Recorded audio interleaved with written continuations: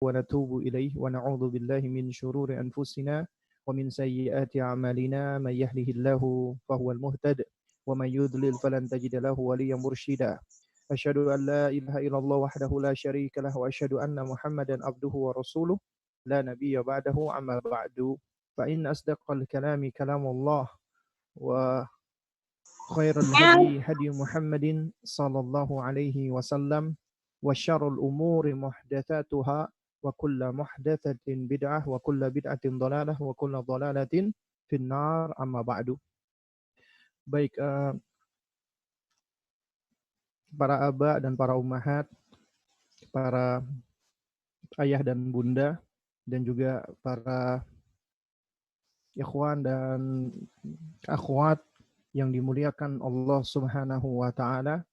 Alhamdulillah di sore hari ini kita diizinkan Allah Azza wa Jalla untuk dapat bersua dimuliakan Allah Subhanahu meskipun perjumpaan kita adalah secara virtual ya, tidak secara fisik ya. Dan ini adalah di antara karunia Allah, nikmat Allah Azza wa Jalla bagi kita di zaman ini, di mana kita ya saat ini ya diberikan berbagai macam kemudahan oleh Allah Azza wa Jalla.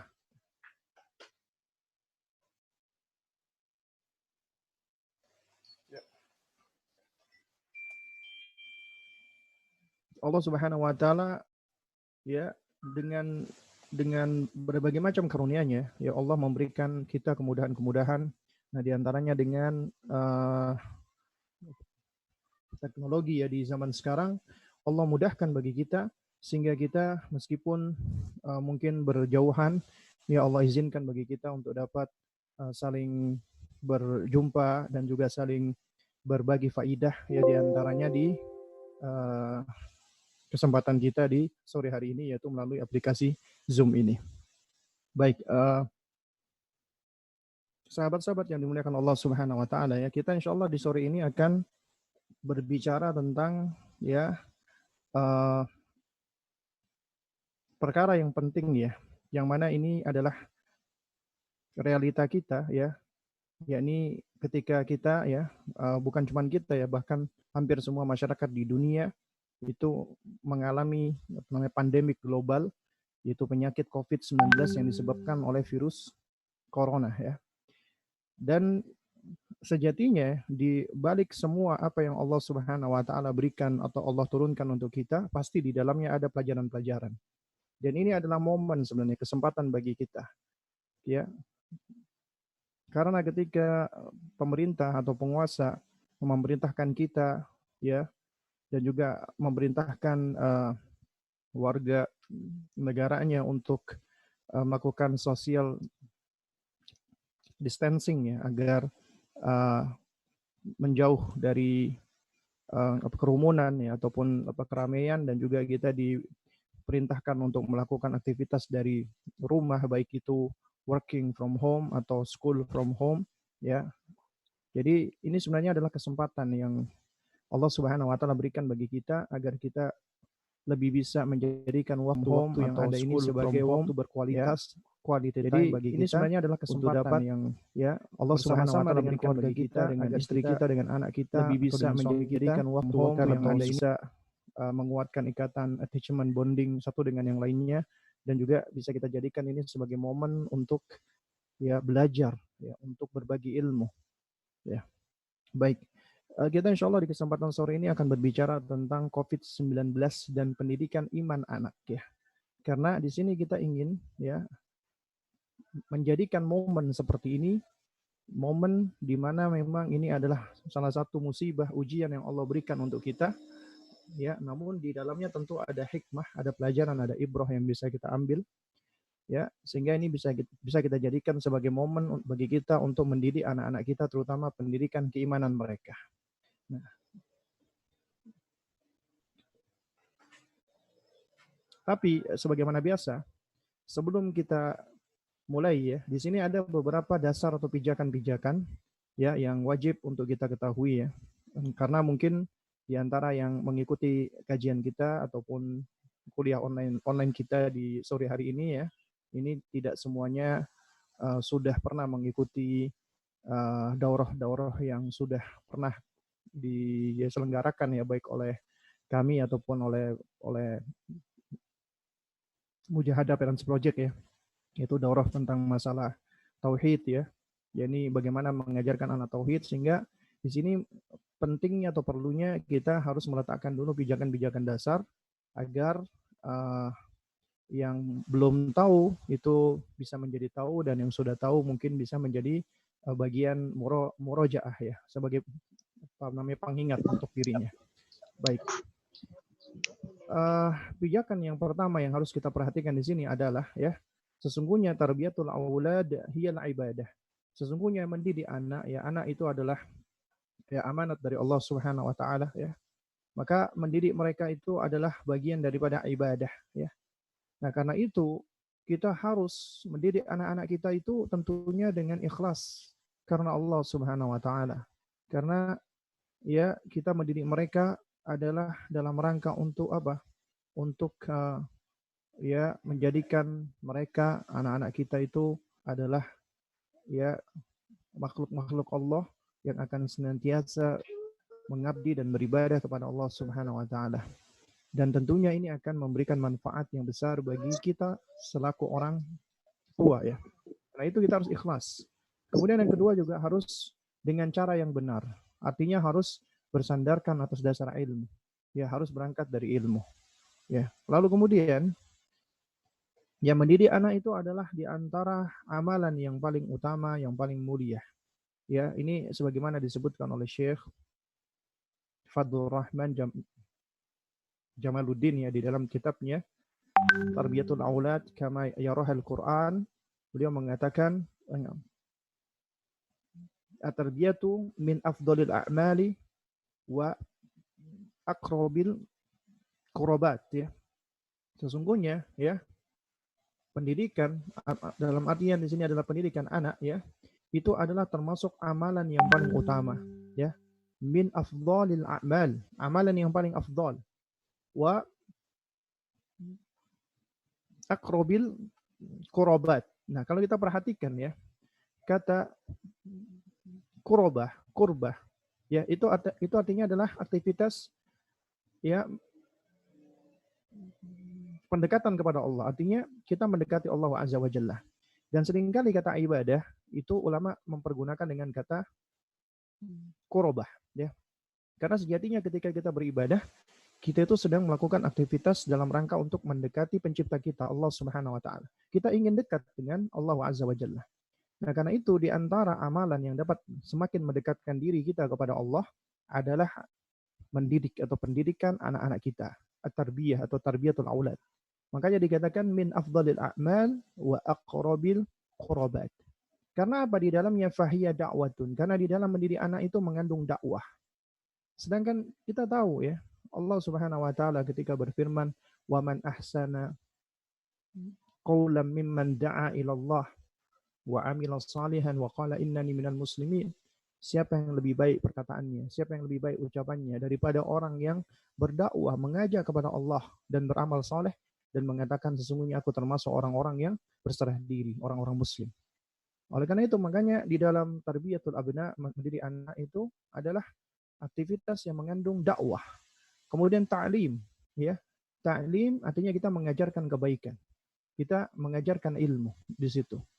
Ya, wa nushun, nasihat.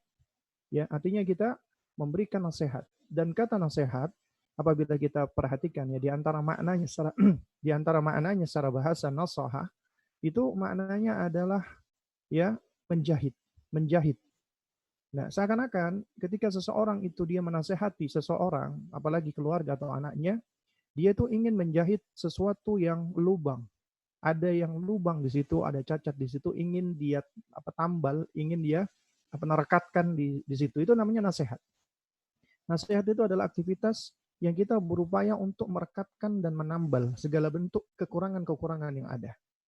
Nah, ini ada di dalam tarbiyah, di dalam mendidik anak-anak kita. Wa irsyadun, dan bimbingan, arahan, ya. Jadi ketika kita memberikan arahan-arahan, bimbingan-bimbingan, ya kita memberikan kepada mereka petunjuk-petunjuk ya, agar mereka bisa melangkah, berjalan menuju ke jalan yang lebih benar, yang lurus, yang baik, maka ini termasuk irsyad ya. Kita memberikan arahan-arahan kepada mereka. Wa amalun, amal, aktivitas ya, perbuatan. Artinya harus ada buktinya, realnya, yaitu dalam bentuk praktek, amal. Wa qudwatun, qudwah keteladanan. Artinya pendidikan itu juga harus dilakukan dengan memberikan contoh, memberikan qudwah, uswah ya. Wa naf'un lil fardi wal mujtama' dan juga kemanfaatan bagi individu dan masyarakat ya.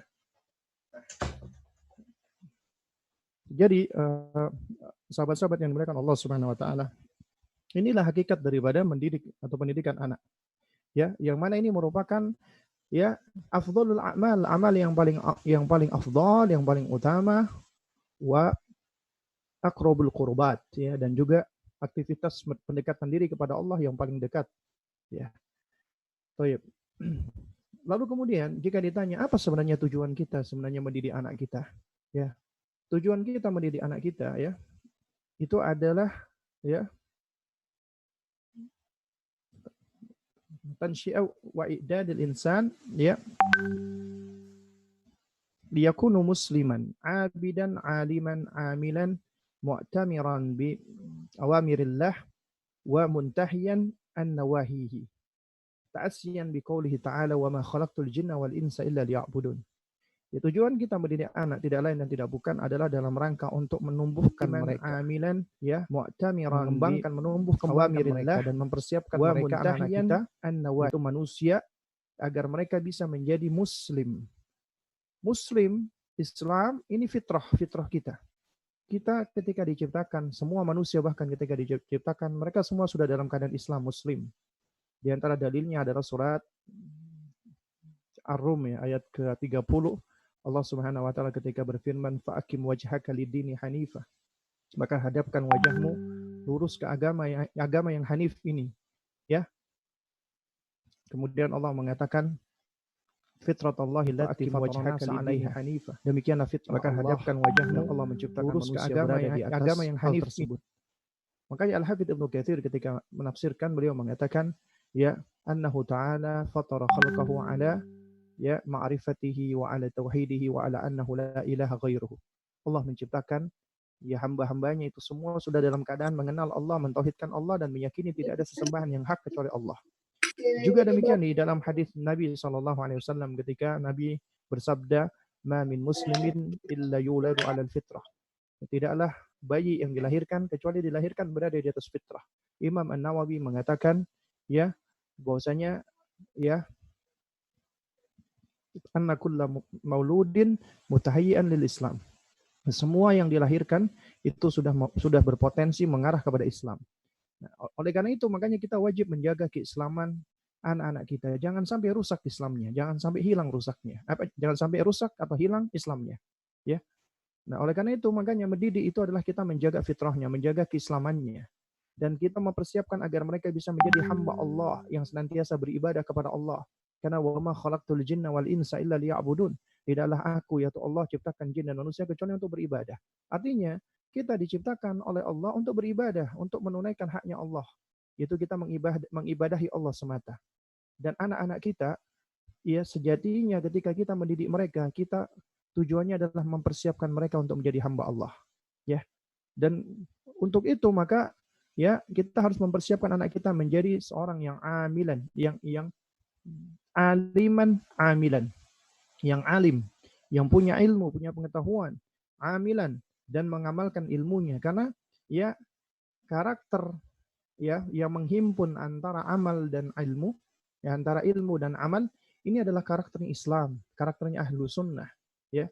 Dan ini adalah hidayah dari Allah Subhanahu wa taala karena Allah itu memberikan hidayah, ya ada dua macam hidayah yang Allah berikan kepada hambanya, yaitu hidayatu ilal ilmi wa hidayatu ilal amali. Ada hidayah yang mengajak ya, yang menghantarkan kepada ilmu dan ada hidayah yang menghantarkan kepada amal. Dan tidak semua diberikan hidayah seperti ini. Ya oleh karena itu makanya mereka yang Allah sebut dengan al-maghdub yang Allah murkai yaitu Yahudi, Allah berikan mereka hidayah ilmu tapi enggak Allah berikan hidayah mengamalkan. Tidak diberikan hidayah amal. Sedangkan orang-orang Nasrani yang disebut dengan adh-dhalin, orang-orang yang sesat, Allah berikan hidayah al-amal, hidayah untuk beramal. Tapi Allah tidak memberikan hidayah kepada ilmu. Tapi kita alhamdulillah kaum muslimin, maka sejatinya ya kita harus berusaha untuk berpegang dengan hidayah Allah Azza wa Jalla, ya agar Allah senantiasa memberikan hidayahnya bagi kita, itu kita senantiasa untuk berilmu dan beramal, agar Allah senantiasa memberikan hidayah ilmu dan hidayah amalnya bagi kita semua, ya. Dan juga itu mau tamiran bi awamirillah ya. Dan orang-orang yang melaksanakan atau mengamalkan ya segala perintah-perintah Allah, wa muntahiyan an nawahihi, dan berhenti atau menjauhi segala dari larangan-larangan Allah Subhanahu wa taala. Ya, sebagai bentuk pengejawantahan dari firman Allah, wa ma khalaqtul wal jinna ya wa ma khalaqtul jinna wal insa illa liya'budun. Tidaklah kuciptakan jin dan manusia kecuali untuk beribadah kepada Allah Subhanahu wa taala. Baik.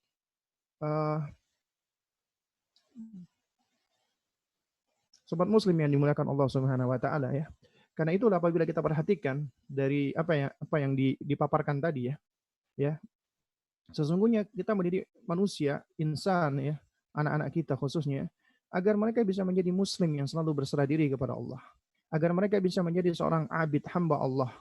Hamba Allah yang sebenarnya adalah hamba Allah yang alim, yang berilmu, yang amil, yang mengamalkan ilmunya, dan muallim yang mengajarkan ilmunya.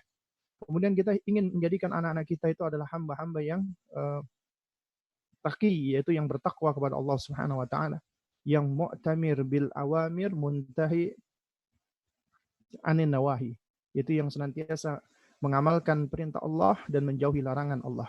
Demikian pula kita tahu ya, manusia di muka bumi ini adalah sebagai khalifatu fil ard. Dikatakan khalifatu fil ard adalah manusia bertanggung jawab untuk menjaga kelestarian apa yang ada di muka bumi ini. Nah, ini yang seringkali kita abaikan atau lupakan. Jangankan ini, tentang masalah yang merupakan kewajiban kita yang paling utama, yaitu tauhid, banyak pula dilupakan oleh manusia ya. Baik. Jadi hakikat tarbiyah, mendidik anak ya, itu ya jika kita perhatikan ya, dari kata tarbiyah itu sendiri ya, seperti contohnya Al-Imam Ar-Raghib Al-Asfahani ya rahimahullahu taala. Ya, beliau adalah seorang ulama ahli bahasa. Ya, beliau ketika menjelaskan makna itu apa namanya? Ar-Rabb ya. Kata Rabb itu minat tarbiyah ya. Kata Rabb itu adalah punya akar kata yang sama dengan kata tarbiyah.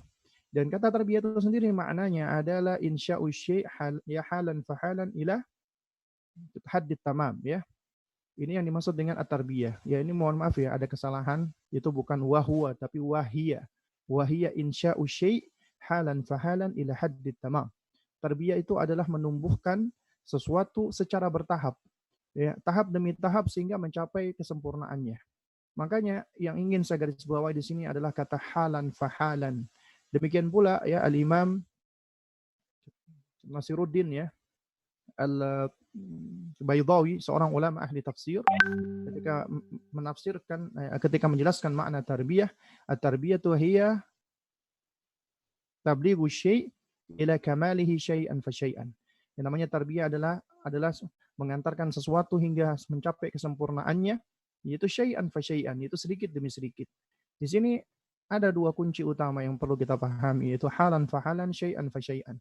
Artinya ternyata mendidik itu ya membutuhkan adanya proses. Harus ada di situ namanya tadrij ya, atau tadarruj ya. Ada langkah-langkahnya, ada step-stepnya, ada proses yang harus diikuti di situ. Dan proses ini adalah proses yang berjalan, tidak bisa langsung instan sekaligus. Ini adalah hakikat daripada mendidik tarbiyah. Dan karena itulah ya di sini ya, di antara tujuan tarbiyatul aulad, mendidik anak kita ya, ini ya dinukil dari kitab Ushul Tarbiyah ya, Al-Wiqaiyah Batifulah ya, karya Dr. Hussein Nubailah ya. dikatakan oleh beliau, ya tujuan daripada tarbiyatul aulad adalah ya tansyiatul fard wa idaduhu ala nahwi mutakamil fi jami'il jawanib al-aqadiyah wal ibadiyah wal akhlaqiyah wal aqliyah wal sihhiyah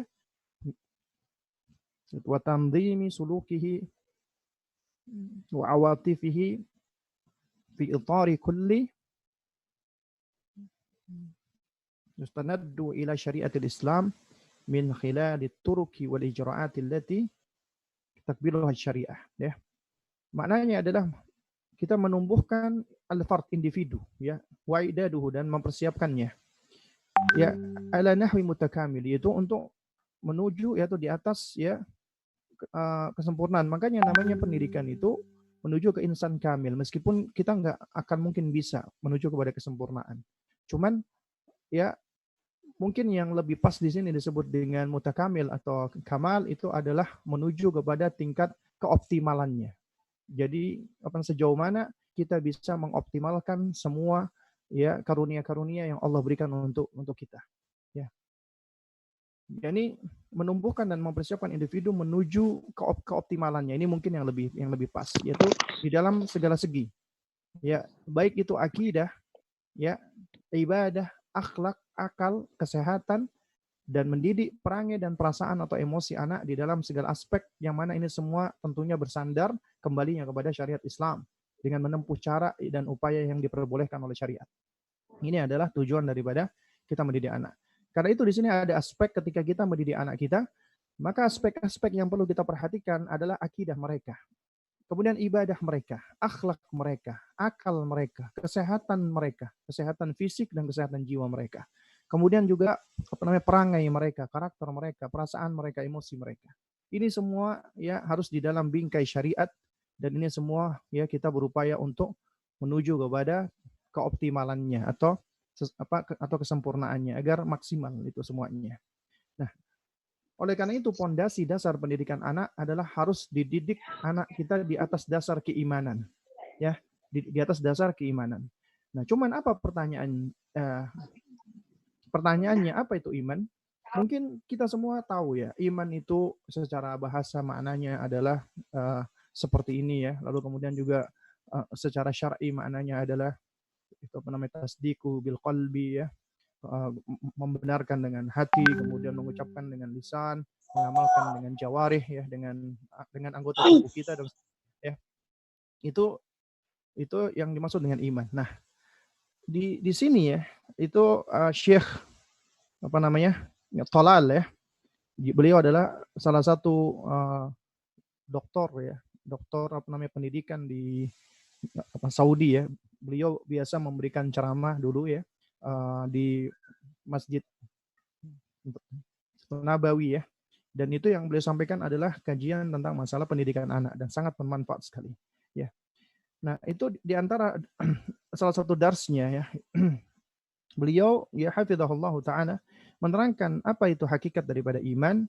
Ternyata hakikat daripada iman itu adalah ittiba'ud dalail wal hujjaj wal barahin. Kita mengikuti dalil, mengikuti hujjah, mengikuti burhan atau keterangan-keterangan yang nyata, ya, wal ayatil bayyinat, dan ayat-ayat yang terang, yang jelas, ya.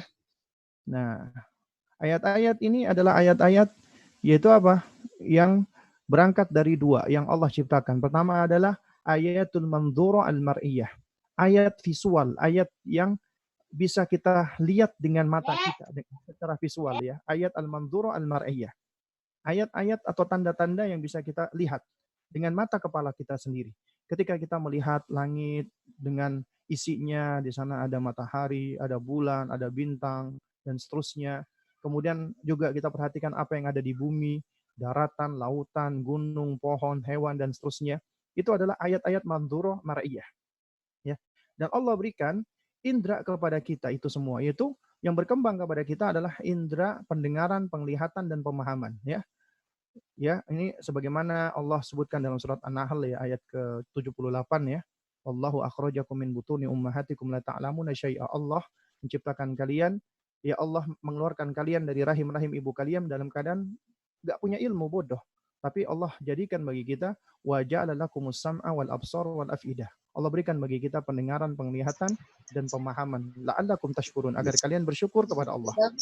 Jadi dengan indra-indra ini Allah Subhanahu wa taala, ya, dengan indra ini Allah Subhanahu wa taala, ya, itu menjadikan kita mampu untuk mengamati, mempelajari, memperhatikan, mengobservasi, ya, ayat-ayat Allah yang bersifat visual tadi, ya. Nah, tentunya ketika kita bisa melihat sesuatu yang tampak dari kita, khususnya yang paling dekat dengan kita yaitu tubuh kita, demikian pula yang dialami oleh anak-anak kita ketika fase perkembangannya, mereka sedang mengamati, mempelajari semua karunia pemberian yang Allah berikan pada mereka berupa tubuh mereka yang masih berkembang, kaki mereka, tangan mereka, penglihatan mereka, pendengaran mereka dan semuanya, ya. Itu semua adalah termasuk ayat al-manzura al-mar'iyah. Ya, Allah ciptakan dalam sesuatu yang bisa kita lihat secara konkret, artinya. Bisa kita lihat secara konkret. Kemudian ternyata ada ayat yang kedua, yaitu ayatul masmu'ah al-maqru'ah. Ayat yang didengar dan hanya bisa dibaca. Yaitu Al-Quranul Karim. Ayat-ayat yang banyak berbicara tentang perkara-perkara gaib. Yang nggak bisa kita indra. Yang nggak bisa kita lihat secara mata telanjang. Ya. Jadi di sini, ya, Allah Subhanahu wa taala memberikan kita ujian. Ujian pertama ketika kita Allah karuniakan dengan indera untuk belajar, untuk bisa memahami, ya. Allah berikan kita ujian. Ujiannya apa? Ujiannya adalah kita diminta untuk meyakini, mengimani, membenarkan sesuatu yang nggak bisa kita indera dengan mata kita, nggak bisa kita lihat, dan bahkan juga termasuk nggak bisa kita dengar. Ini adalah bagian dari ujian kepada Allah. Tapi ternyata ini adalah sesuatu yang memang bisa ditetapkan dengan akal sehat kita dan fitrah kita. Ya, artinya ternyata sesuatu yang tidak bisa kita perhatikan secara kasat mata, sesuatu yang tidak bisa kita indera langsung, bukan artinya tidak ada.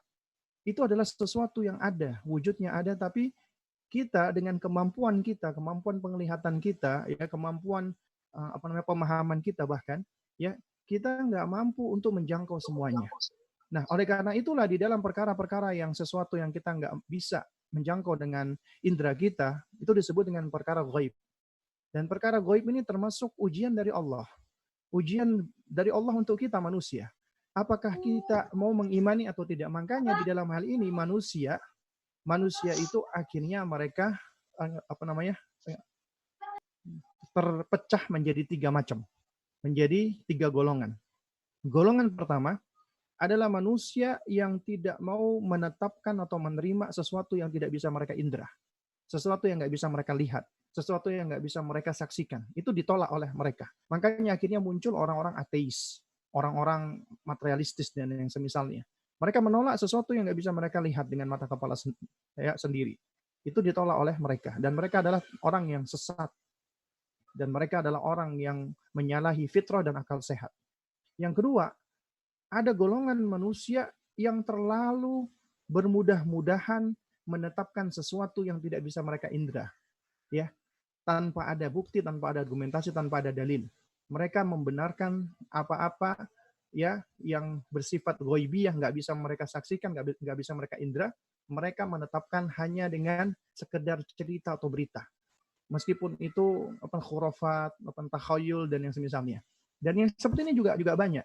Banyak manusia yang ternyata meyakini akan adanya arwahnya orang meninggal dunia itu akan datang lagi, mendatangi rumah-rumah, kemudian adanya keyakinan-keyakinan yang itu sebenarnya bersifat perkara gaib, ya, yang mana mereka ternyata jatuh kepada kesalahan menetapkan perkara-perkara gaib tanpa ada dalilnya. Nah, yang ketiga adalah golongan yang pertengahan, golongan ahlul wasat, kaum muslimin, ahlu sunnah. Mereka adalah orang-orang yang menetapkan perkara gaib, meyakini dan mengimaninya, asalkan ada dalilnya, asalkan itu ditetapkan oleh dalil yang sahih, yang otentik dari Al-Quran dan Sunnah. Ya, oleh karena itu, meskipun kita nggak bisa menyaksikan adanya malaikat, kita meyakini malaikat. Meskipun kita nggak bisa menyaksikan adanya adab kubur, kita meyakini akan adanya adab kubur. Meskipun sementara ini kita belum bisa melihat, menyaksikan akan adanya hari kiamat, kita meyakini akan adanya hari kiamat.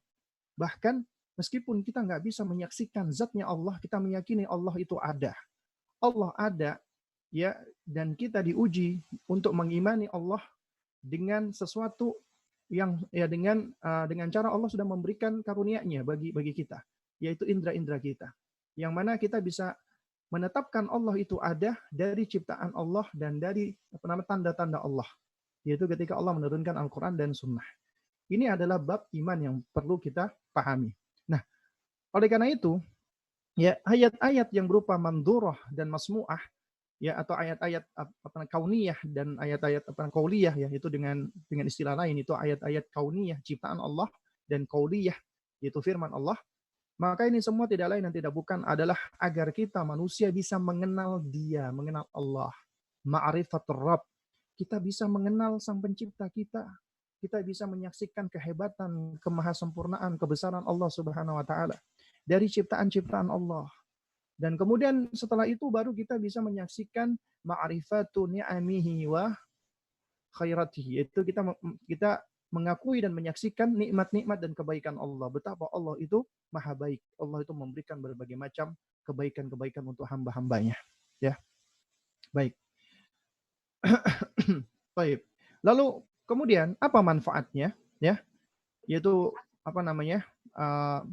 Manfaat daripada kita, ya, memberikan landasan keimanan kepada anak kita. Nah, cuman sebelumnya kita harus memahami dulu tentang konsep keimanan ini. Ini tidak lain dan tidak bukan adalah agar semakin kuat dan sempurna pengetahuan anak kita tentang Rabb-Nya, tentang Allah, tentang kebesaran Allah, kesempurnaan Allah, kekuasaan Allah, kekuatan Allah, hikmah Allah, pengetahuan Allah, kasih sayang Allah, dan sifat-sifat Allah yang lainnya. Ya, ini semua bisa kita tumbuhkan dari fitrahnya, ya, dengan cara apa? Dengan cara kita menstimulasi, merangsang indera-indera yang sudah Allah berikan untuk mereka, kita kaitkan kepada penciptanya Allah Subhanahu wa taala. Bahwasanya semua yang Allah berikan, baik itu berupa mata, penglihatan, telinga, kaki, tangan, itu adalah pemberian dari Allah Subhanahu wa taala. Dan itu harus kita kembalikan agar mereka, ya, agar mereka sadar apa? Agar mereka sadar bahwasanya mereka adalah makhluk Allah, ciptaan Allah, milik Allah. Makanya kita katakan agar anak mengenal bahwa dirinya dan alam semesta adalah milik Allah, ciptaan Allah. Kemudian juga agar mereka, anak kita juga mengenal bahwa segala kenikmatan dan kebaikan yang ia dapatkan itu semuanya berasal dari Allah.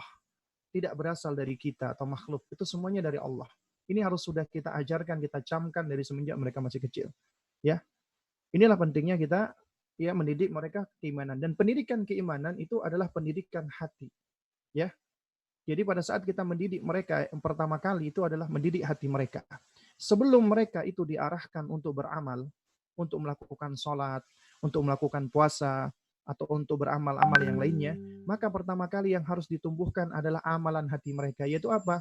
Cinta sama Allah, mencintai Allah Azza wa Jalla, ya, mengakui kebesaran Allah Subhanahu wa taala, kemudian berharap kepada Allah Subhanahu wa taala, kemudian juga takut kepada Allah Subhanahu wa taala, kemudian juga bertawakal kepada Allah Subhanahu wa taala. Ini adalah amalan hati. Yang kita didik adalah hati mereka. Ya. Nah, karena apa? Karena pendidikan iman itu berkaitan erat dengan islahul qalbi, yaitu perbaikan hati. Bukankah, ya, sebagaimana dalam hadis Nabi SAW bahwasanya, ya, sesungguhnya fil jazadi mudghatan, di dalam jasad itu ada sekerat daging. Idza saluhat saluhal jazadu kulluh. Apabila sekerat daging itu baik, yaitu hati itu baik, maka akan baik pula seluruh anggota tubuhnya. Wa idza fasadat fasad jasadu kulluh. Apabila jelek atau rusak maka akan rusak pula seluruh, atau jelek pula seluruh anggota tubuhnya. Nah, di antaranya, ya, kita juga diseru untuk bertafakkur, berfikir, memikirkan tentang ayat-ayat Allah, ayat kauniyah yang bisa kita saksikan, yang al-mandhuru al-mar'iyah, ataupun ayat-ayat yang sam'iyah al-qauliyah, firman Allah Subhanahu wa taala. Kita diperintahkan untuk mentafakuri itu semua, ya. Karena dengan mentafakurinya kita akan meyakini bahwasanya ini semua adalah ciptaan Allah, kebesaran Allah, nikmat dari Allah. Ya, dengan tafakur akan semakin sempurna pengetahuan hamba, ya, terhadap Rabb-Nya. Maka kita akan semakin lebih mengenal Allah Subhanahu wa taala. Sehingga hal ini akan membuahkan dua hal. Pengetahuan akan al-azamah, yaitu keagungan Allah, dan al-kibriya, yaitu kebesaran Allah Subhanahu wa taala. Ya, artinya kita akan menetapkan tentang betapa agungnya Allah Subhanahu wa taala, betapa hebatnya Allah, betapa besarnya Allah. Ya, ini sifat-sifat yang akan kita kembalikan kepada Allah dengan sifat-sifat yang sempurna. Lalu kemudian kita pun juga akan menyaksikan akan kebaikan Allah, ya, akan ihsannya Allah, in'am Allah Subhanahu wa taala, kenikmatan yang Allah berikan untuk kita semua.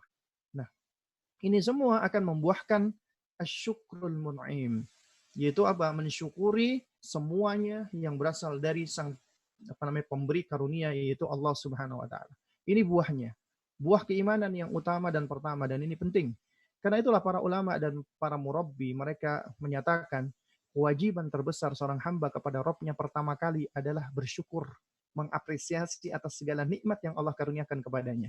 Karena apabila dia sudah bersyukur, mengakui itu nikmat dari Allah Azza wa Jalla, artinya dia itu sudah mengakui ini semua adalah berasal dari Allah. Allah adalah Rabb-nya, Allah penciptanya, Allah pemiliknya, Allah penguasanya, Allah pengaturnya, dan Allah memberikan ya segala karunia-Nya untuk dirinya, dan dia bersyukur kepada Allah. Ini adalah awal ketika kita ingin ya mendidik anak-anak kita. Sebelum kita mendidik yang lainnya, ajarkan mereka untuk selalu bersyukur kepada Allah. Kemudian buah keimanan yang berikutnya adalah apa? Ketika seorang hamba mereka itu meyakini Allah sebagai Rabb-nya, kemudian dia meyakini akan semua bentuk kenikmatan Allah, kemudian dia bersyukur, ini akan membuahkan istijabah wa taslim. Dia akan menerima dan tunduk terhadap al-haq, tunduk kepada kebenaran yang Allah khabarkan, akan menerima wahyu Allah, akan menerima semua perintah Allah, menjauhi larangan Allah dengan sebenar-benarnya, dengan sepenuhnya. Ya. Nah, oleh karena itu, ya para ikhwas sekalian rahimakumullah, kunci pertama kita ketika kita ingin mendidik mereka, termasuk ketika dalam kondisi seperti ini di wabah corona, ajarkan mereka tentang konsep untuk bersyukur dan bersabar. Yang pertama kali, pahamkan mereka tentang konsep iman dan syukur. Oleh karena itu, sebelum mengajarkan hal ini, orang tua wajib memahami ilmu tentang konsep iman dan konsep syukur. Karena apabila orang tua nggak ngerti, nggak mau belajar, nggak pernah belajar, maka dikatakan oleh seorang penyair, faqidu syai' la yu'ti. Orang yang nggak punya apa-apa nggak bisa memberi. Apa yang hendak Anda ajarkan kepada anak Anda apabila Anda sendiri tidak belajar dan tidak tahu? Oleh karena itu, apabila kita menginginkan memperoleh anak-anak yang bisa menjadi qurratul a'yun bagi kita, penyejuk mata kita, menjadi anak-anak yang soleh, ya maka kita wajib untuk menjadikan diri kita pertama kali soleh terlebih dahulu.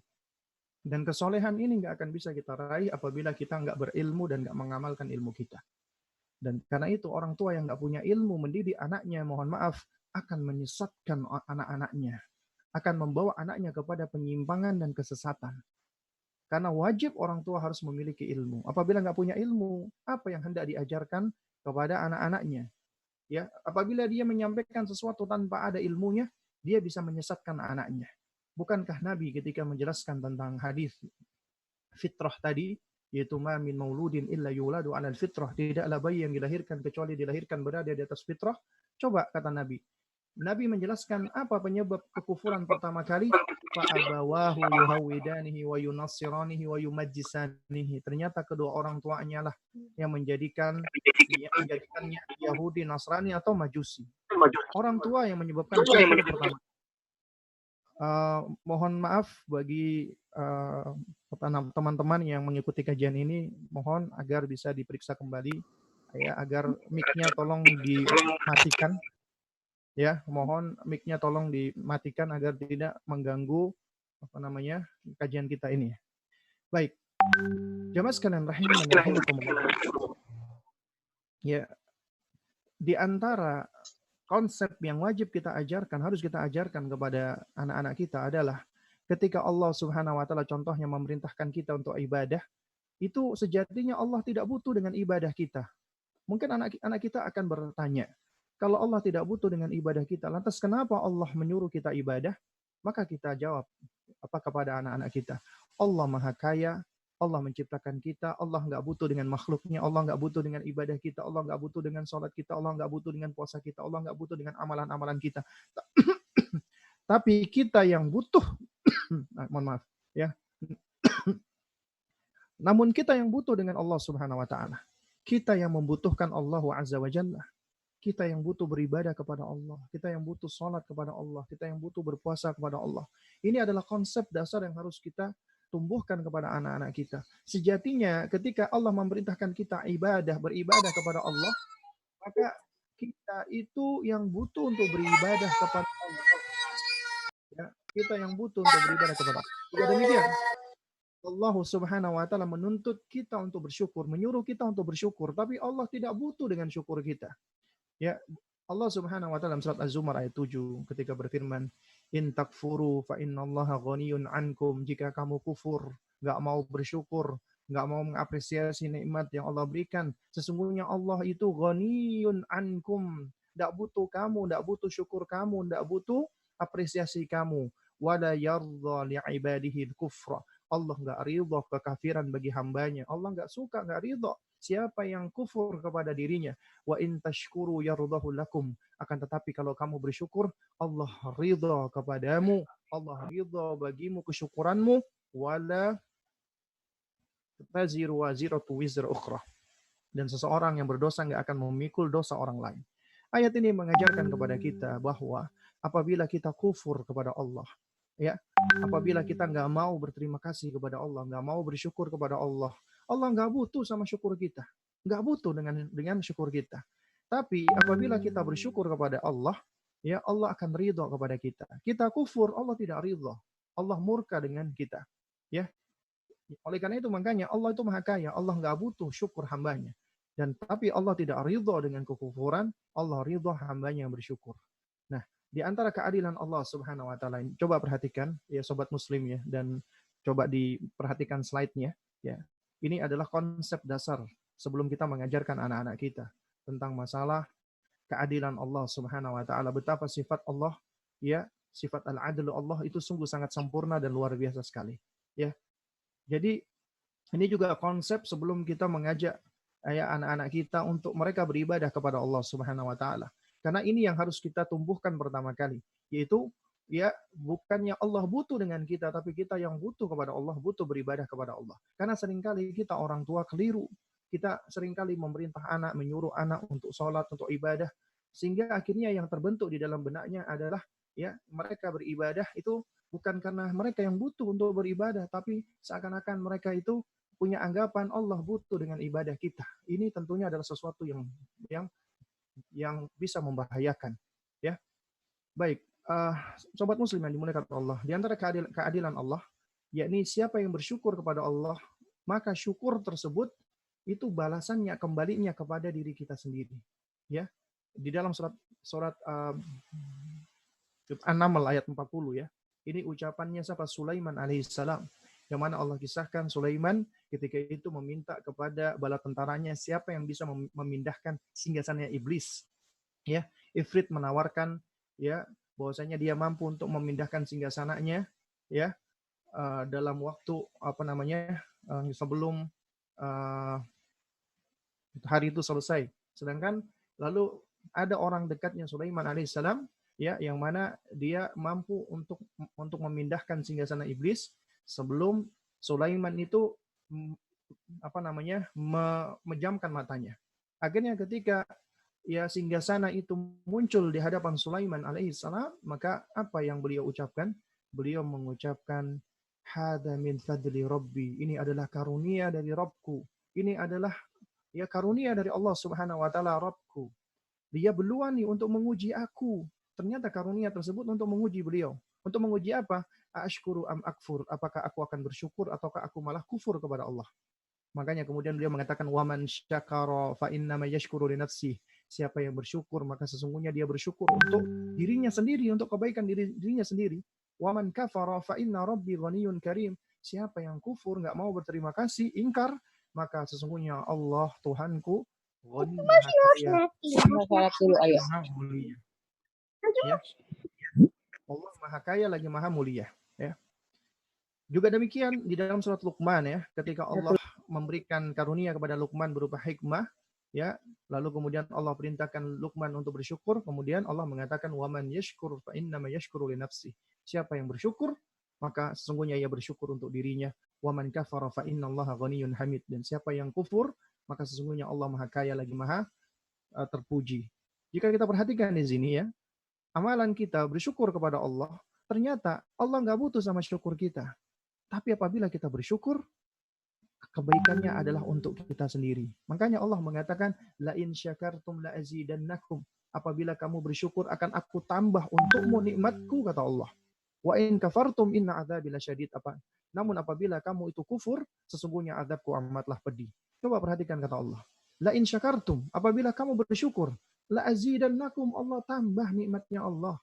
Allah tambah kebaikannya untuk kita. Makanya apabila kita berbuat baik, beramal untuk Allah, beribadah untuk Allah, kebaikannya untuk diri kita. Karena Allah tidak membutuhkan amalan-amalan kita. Tapi Allah ridha dengan amalan-amalan tersebut. Dan apabila Allah ridha dengan amalan tersebut, Allah akan jadikan kita orang yang dekat dengannya dan Allah bisa masukkan kita ke dalam surganya. Ya. Baik. Coba kita perhatikan pula keadilan Allah. Siapa yang berbuat baik, maka kebaikan itu adalah untuk dirinya sendiri. Sebagaimana dalam surat Al-Isra ayat 7. Allah mengatakan in ahsantum li anfusikum wa in asatum falaha. Ini perhatikan, ini kaidah. Jika kamu berbuat hasan, berbuat baik, ya berarti kamu berbuat baik untuk dirimu sendiri, kata Allah. Karena Allah nggak butuh dengan perbuatan baik kita. Tapi apabila kita berbuat baik, ternyata kebaikannya untuk diri kita sendiri.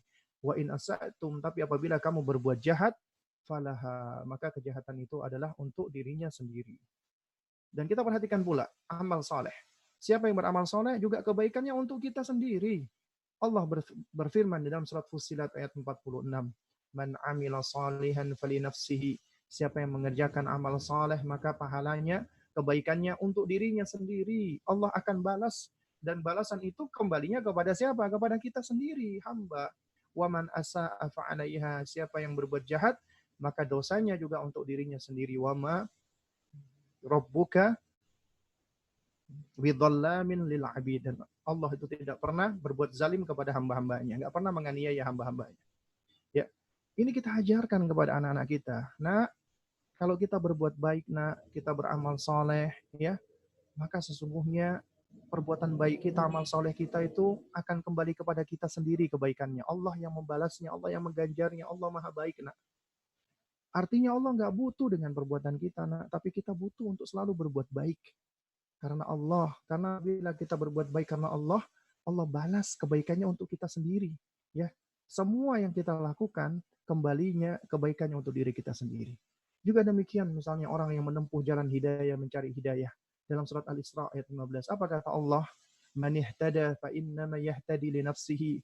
Siapa yang menempuh jalan hidayah, mencari hidayah, maka sesungguhnya ya dia berbuat itu untuk dirinya sendiri, ya, untuk mendapatkan keselamatan untuk dirinya sendiri. Wa man dhalla fa innama yadhillu 'alaiha. Siapa yang sesat sesungguhnya dia ya akan mendapatkan kesesatan. Jadi kesesatan itu adalah atasnya. Ya. Demikian pula siapa yang melakukan tazkiyah, mensucikan dirinya, membersihkan hatinya, ya, dia berusaha untuk ya melakukan tazkiyatun nufus, yang membersihkan jiwanya. Kata Allah dalam surat Fatir ayat 18, "Waman tazakka fa innama yatazakka li nafsihi." Siapa yang mensucikan dirinya, sesungguhnya dia mensucikan diri untuk siapa? Untuk dirinya, kebaikan dirinya. Wa ilallahil masir, dan hanya kepada Allah lah kembali kalian. Ya. Ternyata semuanya kembalinya kepada kita. Dan perhatikan, Allah nggak butuh dengan makhluknya, tapi kita yang butuh kepada Allah. Seandainya kita semua makhluknya itu kufur kepada Allah, nggak akan mempengaruhi Allah. Coba perhatikan ucapan Nabi Musa alaihissalam di dalam surat Ibrahim ayat 8. Wa qala Musa in takfuru antum wa man fil ardi jami'an fa innallaha laghaniyyun hamid. Musa berkata, seandainya kamu semua yang ada di muka bumi ini mengingkari Allah, kufur kepada Allah, maka Allah itu maha kaya lagi maha terpuji, nggak ngefek. Kekufuran kita nggak akan mengurangi ya sesuatu dari Allah. Makanya dalam hadis qudsi, hadis riwayat Imam Muslim ya, hadis ada di dalam hadis Arba'in Nawawi hadis nomor 24 ya. Allah berfirman, "Ya ibadi, law anna awwalakum wa akhirakum wa insakum wa jinnakum kanu ala atqa qalbi rajulin wahidin minkum, ma zada dzalika fi mulki syai'ah." Wahai hamba-hambaku, seandainya orang pertama kalian sampai orang terakhir dari kalangan manusia dan jin semuanya dalam keadaan hatinya paling bertakwa, itu semua nggak akan menambah kerajaanku sedikit pun, nggak akan menambah kerajaannya Allah. Karena semua kebaikan-kebaikan kita nggak akan menambah sesuatu yang ada pada Allah. Karena Allah itu sudah maha kaya, sudah sempurna kekayaannya, nggak butuh lagi dengan adanya penambahan-penambahan dari makhluknya. Demikian pula kata Allah, "Ya ibadi, law anna awwalakum wa akhirakum wa insakum wa jinnakum kanu ala afjari qalbi rajulin wahidin minkum, ma naqasa dzalika min mulki syai'ah." Wahai hambaku, seandainya orang pertama dari kalian sampai orang terakhir, golongan jin dan manusia, semuanya itu memiliki hati yang paling durhaka di antara kalian, maka itu juga nggak akan mengurangi sedikit pun kerajaanku. Nggak akan mengurangi ya kemuliaan Allah sedikit pun. Ya, jadi sejatinya kita yang butuh sama Allah. Allah nggak butuh dengan kita. Ini kita ajarkan kepada anak-anak kita agar kita ini senantiasa merasa kita iftikor, kita butuh sama Allah. Tapi Allah nggak butuh dengan kita. Kita ini makhluk. Allah itu Khalik pencipta. Khalik itu tidak membutuhkan makhluknya. Makhluk itu yang sangat butuh dengan penciptanya. Ini konsep yang harus kita ajarkan dari awal. Lalu kemudian, sobat muslim yang dimuliakan Allah, ketahuilah tentang dua bagian daripada keimanan. Iman itu ya terbagi menjadi dua, yaitu asyukru was-sabru. Yaitu yang satu adalah syukur, yang satu adalah sabar. Makanya dalam surat Al-Anbiya ayat 35, Allah Subhanahu wa taala ketika berfirman, ya, "Wa nabluukum bisyarri wal khairi fitnah." Kami uji kalian dengan keburukan dan kebaikan. Coba perhatikan. Keburukan ujian, kebaikan juga ujian. Ternyata kebaikan dan keburukan itu ujian, fitnah dari Allah. Apa ujiannya? Apabila diberikan keburukan, bersabar. Apabila diberikan kebaikan, bersyukur. Dan kita harus ajarkan ini kepada anak-anak kita, senantiasa bersyukur dan bersabar. Ketika mendapatkan rezeki dari Allah, maka kita katakan ini adalah min Rabbi, dari Allah Subhanahu wa taala. Hadza min fadli Rabbi. Ini karunia dari Allah Subhanahu wa taala, ya. Apabila Allah berikan kita karunia, kita katakan ini dari Allah. Kemudian kita ucapkan alhamdulillahilladzi bi ni'matihi tatimmus shalihat. Ya, kita ucapkan alhamdulillahilladzi bi ni'matihi tatimmus shalihat. Tapi demikian pula apabila Allah memberikan ujian kepada kita dengan sesuatu yang tidak kita senangi, tidak kita sukai, ataupun keburukan kepada kita, maka kita bersabar. Ya, dan kita ucapkan alhamdulillahi ala kulli hal. Ya, alhamdulillahi ala kulli hal. Kita bersyukur kepada Allah, kita bertahmid kepada Allah. Segala puji dan sanjungan hanyalah milik Allah di dalam segala keadaan. Ini adalah seorang mukmin, ya. Lalu kemudian makanya kunci kedua setelah kita mengajarkan syukur, ajarkan anak sabar. Ya, ini adalah konsep dasar sebelum kita mengajarkan konsep keimanan dalam kondisi seperti ini pada anak-anak kita, ya. Lagi wabah Covid seperti ini. Oleh karena itu orang tua wajib memahami ilmu dan konsep iman dan sabar. Harus belajar, punya ilmunya.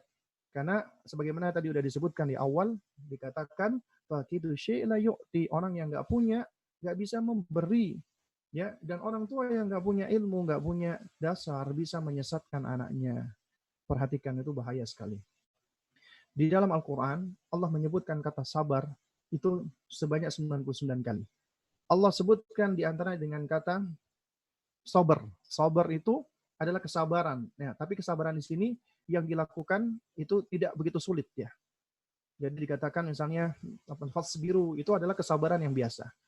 Nah, lalu kemudian ada lagi yang disebut dengan ya ini tuh apa namanya? Tasabbur, ya. Jadi tasabbur adalah kesabaran yang dilakukan dengan perjuangan dan upaya di situ. Kemudian ada lagi istibar, yaitu puncak dari kesabaran. Setelah segala upaya dan perjuangan, ini kesabaran yang paling tinggi. Baru kemudian ada namanya musabarah, yaitu sabar ketika berhadapan dengan musuh di medan perang. Ini ya hanya apa namanya kalimat-kalimat sabar yang ada dalam Al-Quran yang kita seharusnya perlu mengetahui ya apabila kita dapat ini dalam Al-Quran. Kemudian ya ada 3 macam sabar. as-sabru billah, as-sabru lillah, as-sabru ma'allah. Ya, as-sabru billah adalah sabar dengan memohon pertolongan Allah. Ya, karena Allah lah yang menjadikan seseorang hamba itu bersabar. As-sabru lillah adalah kesabaran yang dilakukan karena memang ya karena Allah, kecintaan kepada Allah, mengharap wajahnya Allah, mengharap balasannya Allah. Bukan sabar itu supaya dipuji, menonjolkan diri, pamer. Ya, itu ada sabar yang supaya dikatakan sabar itu namanya sabar pamer ya. As-sabru lillah adalah sabar yang dilakukan karena Allah. Kemudian ada as-sabru ma'allah, yaitu kesabaran bersama dengan syariat Allah, dengan hukum-hukum Allah secara konsisten ya. Nah, oleh karena itu ibadah ada dua macam, syukur dan sabar ya. Ini bagian yang tadi. Syukur itu apabila kita mendapatkan karunia harus kita akui di dalam hati kita. Ini adalah nikmat dari Allah. Kita tetapkan, akui, iktiraf di dalam hati kita. Kemudian kita ucapkan dengan lisan kita. Kita ucapkan alhamdulillah. Ya. Lalu kemudian kenikmatan itu kita gunakan untuk mencari ridhonya Allah. Enggak boleh kita gunakan untuk mencari kemurkaan Allah ya. Sabar itu menahan hati dari marah dan kesal, menahan lisan dari keluh kesah, menahan badan dari bermaksiat. Jadi semuanya tidak lepas dari tiga hal, hati, lisan, dan amalan. Kalau syukur kita akui di dalam hati, sabar adalah kita apabila kita lagi kesal, marah, maka kita berusaha untuk menahan hati kita. Manusiawi kita marah, kita jengkel, kita kesal. Cuman ini ujian dari Allah Subhanahu wa taala. Kita berusaha untuk menahannya. Kemudian juga menahan lisan dari berkeluh kesah, dari kita katanya orang Jawa ini gedumbel ya, atau ngomong-ngomong yang jelek ya, dan juga menahan badan kita dari bermaksiat kepada Allah. Dan kemudian macam sabar itu ada tiga, yaitu ketika menjalankan ketaatan, ketika menahan diri dari maksiat, dan ketika menghadapi musibah ya. Jadi misalnya contohnya ketika kita sholat ya, itu juga butuh kesabaran. Kesabaran di dalam menjalankan ketaatan kepada Allah ya.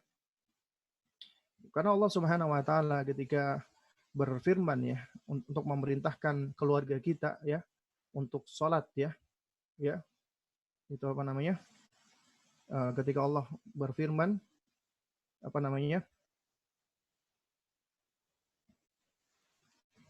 wa'mur ahlakum bis shalah wastabir 'alaiha.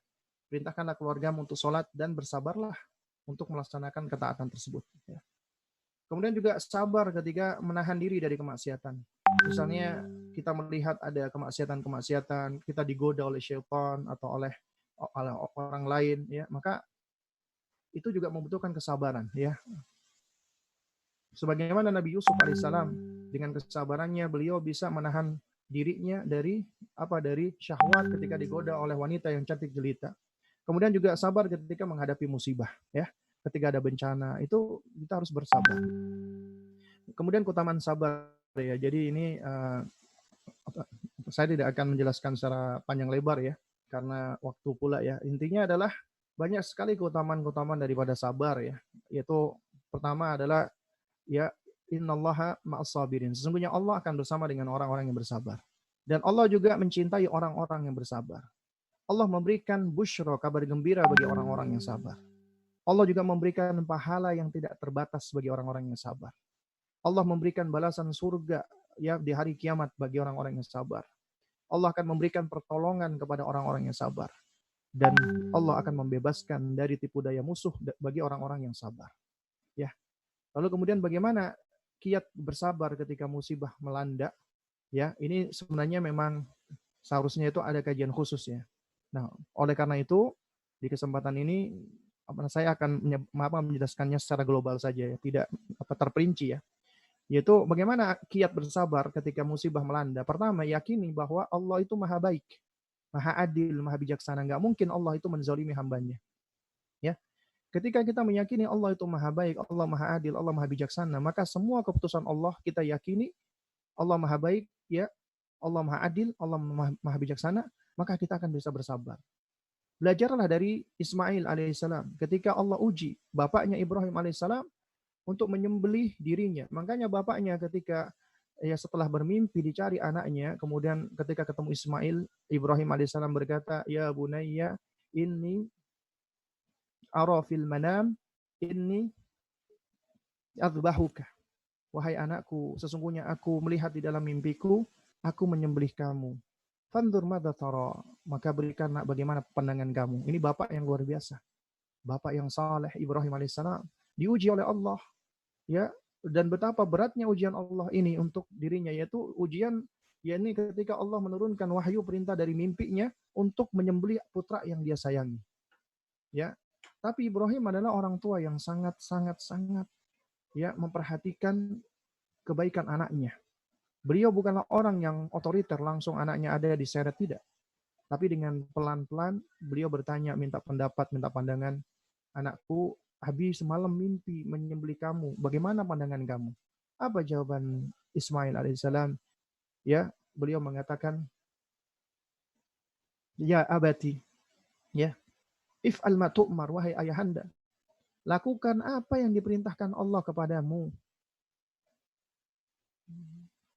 Satajinu di insyaallah minas sabirin. Kata Ismail, niscaya engkau akan mendapatiku, aku termasuk orang-orang yang sabar. Ya, ini ucapan Ismail alaihissalam. Karena beliau adalah orang-orang yang sabar. Karena beliau meyakini Allah itu maha baik, Allah maha adil, maha bijaksana. Nggak mungkin Allah menzalimi dirinya dan menzalimi hamba-hambanya. Kemudian juga mengetahui dan meyakini balasan dan pahala atas setiap musibah.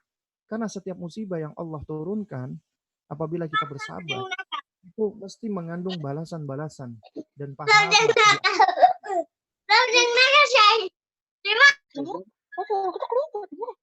Ya, mohon maaf bagi yang masih menyalakan mic-nya ya, untuk bisa tolong dimatikan ya. Lalu kemudian yang ketiga adalah meyakini bahwa musibah akan melebur dosa dan kesalahannya. Ya, semua dosa-dosanya akan diampuni oleh Allah Subhanahu wa taala apabila dia bersabar. Kemudian juga meyakini bahwa musibah tersebut adalah takdir Allah. Allah sudah menakdirkannya dan pasti terjadi. Sehingga kesedihan itu nggak bisa menghilangkan, tapi malah menambah kepedihan. Tapi ada kesedihan-kesedihan yang bersifat tabi'i, ya, kita sedih, tapi cuma sekedar sedih. Jadi jangan sampai berlebihan, ya. Dan itu pun juga ya biasanya akan hilang dengan seiring waktu. Kemudian mengingat bahwa musibah itu menimpa adalah karena dosa kita, kesalahan kita. Wa ma asabakum min musibatin fabima kasabat aydikum. Tidaklah musibah yang menimpa kalian melainkan itu karena perbuatan tangan kalian sendiri. Ya, perbuatan tangan kita karena memang dosa-dosa kita, kemaksiatan kita. Dan meyakini ketika Allah mencintai hamba, Allah akan mengujinya. Karena di dalam hadis Nabi SAW mengatakan, innallaha idza ahabba qauman ibtalahum. Sesungguhnya Allah apabila mencintai suatu kaum, Allah akan uji. Allah akan memberikan ujian kepadanya. Yakini pula bahwa musibah itu adalah pengingat Allah agar kita semakin dekat dan mengingat Allah. Ini adalah sebagai tadzkir, ya, yang mungkin akan membangkitkan kita, membangunkan kita dari ghaflah, dari kelalaian kita selama ini. Ya, ketika kita tidak diberikan ujian, mungkin kita banyak lalai dari Allah, lupa dari Allah. Ketika Allah berikan ujian, Allah berikan ingatan, ya Allah sayang sama kita, akhirnya kita kembali kepada Allah. Kita bertobat kepada Allah. Dan kemudian juga kita yakini bahwa musibah diturunkan Allah, tidak mungkin manusia itu nggak sanggup menghadapinya. Artinya Allah pasti sanggup. Artinya kita manusia pasti sanggup untuk menghadapinya. La yukallifullahu nafsan illa wus'aha. Allah nggak akan membebani seseorang yang tidak sanggup, ya pikul. Allah memberikan musibah seberat apapun, artinya kita pasti sanggup untuk mengembannya, menghadapinya. Karena kita nggak mungkin diberikan Allah suatu musibah yang lebih berat yang kita nggak sanggup untuk mengembannya. Nggak mungkin. Karena Allah Maha Adil. Dan ketahuilah bahwa Allah mendidik hambanya melalui kebahagiaan dan kesedihan, nikmat dan ujian. Sehingga darinya akan tampak ubudiyah yang sebenarnya. Akan melahirkan ubudiyah yang sebenarnya. Akan melahirkan siapa yang benar-benar sabar. Siapa yang benar-benar bersyukur. Siapa yang imannya benar-benar lurus. Siapa yang imannya benar-benar bersih. Siapa yang istiqomah. Itu semua akan tampak dari adanya ujian ini. Makanya ujian itu ya akan berfungsi sebagai tamhis yang akan mengklasifikasi seseorang, yang akan ya memilah-milah apakah ini orang-orang yang memang sabar atau tidak, orang yang beriman atau tidak, itu akan tampak dari ujian. Lalu bagaimana caranya kita mendidik anak kita agar bersabar? Yang pertama adalah tumbuhkan mahabbatullah pada anak kita agar mereka cinta kepada Allah. Ya. Dan ini memang ada kajiannya khusus ya. Kemudian ajarkan anak syukur dan sabar selalu. Ini konsep dasar yang kita ajarkan. Bersyukur di setiap waktu harus bersyukur kepada Allah. dan bersabar di kala sulit, sakit, sedih, marah, dan semisalnya. Kemudian cara berikutnya adalah berikan contoh. Artinya kita orang tua harus memberikan qudwah. Kita harus bisa bersabar, ya. Misalnya juga di dalam menghadapi mereka, ketika mereka melakukan perbuatan-perbuatan yang membuat kita emosi, kalau kita misalnya langsung marah, artinya ternyata kita memberikan contoh yang tidak baik di dalam hal hal kita tidak bisa bersabar. Karena itu kita harus belajar untuk bersabar. Makanya mendidik anak itu sejatinya sama dengan mendidik diri kita. Kita sedang mendidik diri kita. Karena kita menghendaki kebaikan pada anak kita, maka kita harus mencontohkan kebaikan tersebut. Sejatinya kita sedang mendidik diri kita pula di situ. Dan kemudian ya yang berikutnya adalah percayai anak kita itu adalah anak yang mampu untuk bersabar. Kita harus percaya, ya. Allah sudah berikan itu, ya. Dan kita tinggal apa? Tinggal untuk menjaganya, menyuburkannya dan berikan kesempatan ya kepada anak latihan. Di antaranya apa? Melatih kesabaran itu adalah dengan cara ajari mereka untuk menunggu, ngantri. Makanya budaya ngantri itu manfaatnya adalah melatih kesabaran, ya. Kemudian juga ya sering mendengarkan ucapan anak, celotehan anak, curhatan anak, berusaha untuk memahaminya. Karena dengan kita mendengarkan anak-anak kita, ini juga akan melatih mereka untuk berempati dan juga melatih kesabaran pula bagi kita dan anak-anak kita. Kemudian juga kita sering menunjukkan ekspresi sayang kita dengan cara memeluk mereka, mengusap kepalanya, memandang matanya, ya. Khususnya ketika sedang terjadi fluktuasi emosi ketika lagi marah, sedih, menangis, ya. Jadi hendaknya kita hadir. Kemudian jangan memarahi anak ketika kita sedang emosi, ketika kita lagi marah. Hindarkan. Bahkan Nabi SAW itu mengajarkan kepada kita, idza ghadiba ahadukum falyaskut. Apabila salah seorang dari kalian itu marah, diam. Jangan ngomong, apalagi kita ngomelin anak kita. Kalau lagi emosi, kita menjauh dulu, menghindar. Kita tenangkan diri dulu. Apalagi sampai memukul anak kita. Kecuali jika ada hajatnya, tapi tetap jangan dalam keadaan emosi. Kemudian yang berikutnya adalah kenali sifat dan karakter anak-anak kita. Karena mereka punya sifat yang beda-beda, karakter beda-beda. Cari dan identifikasi hal-hal yang bisa menyebabkan anak-anak kita marah. Karena anak-anak kita itu ternyata ada hal-hal yang bisa mencetuskan emosi mereka. Cari tahu, ya, identifikasi, pelajari, kemudian cari solusinya. Dan jangan pernah membanding-bandingkan anak dengan anak yang lainnya, ya. Apalagi sampai kita memberikan label pada anak-anak kita, ya. Dan kemudian jangan biarkan anak menonton acara-acara yang mengandung muatan-muatan violence, ya, muatan-muatan kekerasan, seksual dan lain sebagainya. Kemudian berikan contoh. Ini adalah di antara cara-caranya. Baik, sobat muslim yang dimuliakan Allah Subhanahu Wa Taala, ya, ini adalah pijakan-pijakan yang harus kita pahami ya sebelum kita mendidik ya dalam kondisi yang seperti ini. Dan alhamdulillah, ya, alhamdulillahi ala kulli hal, ya, kita berada di dalam suatu kondisi yang memang kita diuji oleh Allah dengan wabah penyakit COVID-19 ini. Tapi di antara hikmahnya adalah kita bisa banyak waktu berkumpul dengan keluarga kita, dengan anak kita, dengan istri kita. Sehingga jangan ya kita sia-siakan kesempatan ini, ya. Dan ini adalah kesempatan yang baik bagi kita agar kita bisa bisa mempergunakannya untuk lebih menguatkan bonding attachment kita sama mereka, ya, dan juga kita berusaha untuk lebih banyak turut andil di dalam mendidik mereka, ya.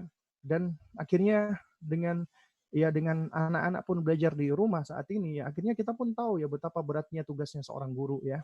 Dia harus mengajari bukan cuma anak kita, tapi ada puluhan anak yang harus diajar oleh guru itu, ya. Sedangkan kita hanya mengajari anak kita tersebut yang itu merupakan amanat dari Allah. Allah berikan kepada kita. Dan ketika Allah memberikan amanat itu kepada kita sebagai orang tua, artinya kita itu pasti mampu mendidik mereka. Pasti, nggak mungkin kita nggak mampu mendidiknya. Kita mampu mendidik mereka. Dan kita wajib mendidik mereka terutama perkara-perkara yang paling penting untuk diketahui mereka, itu masalah keimanan. Dan mungkin kalau masalah-masalah lain yang bersifat maslahat duniawi ataupun ilmu-ilmu yang lainnya yang kita nggak menguasai, maka kita boleh berpartner, bermitra dengan sekolahan, dengan guru. Artinya kita memang butuh ya partner mitra. Yaitu guru-guru itu kita jadikan partner mitra. Tapi jangan sampai kita punya image bahwasanya sekolahan atau guru itu adalah tempat penitipan anak-anak kita bagi mereka, ya. Kita mungkin beralasan kita ingin kita sibuk kerja kita adalah untuk anak kita, keluarga kita, mencari nafkah, ya. Itu semua seringkali adalah alasan-alasan yang sebenarnya hanya menjadi pembenaran bagi kita, ya, untuk kita melalaikan dan mengabaikan anak kita. Karena yang paling dibutuhkan anak kita sebenarnya bukan kebutuhan makan dan minum. Mereka juga butuh kebutuhan kasih sayang. Ya, mereka juga butuh kebutuhan pendidikan, ilmu. Mereka butuh diberikan nutrisi, bukan cuma nutrisi tubuh mereka, tapi juga nutrisi hati mereka, nutrisi jiwa mereka. Dan ini adalah momennya saatnya. Ya, baik, sobat muslim yang dimuliakan Allah Subhanahu wa taala. Ini hanya sebagian contoh saja ya, karena ya di antara metode kita untuk mendidik anak kita di antaranya adalah dengan cara bersoal jawab.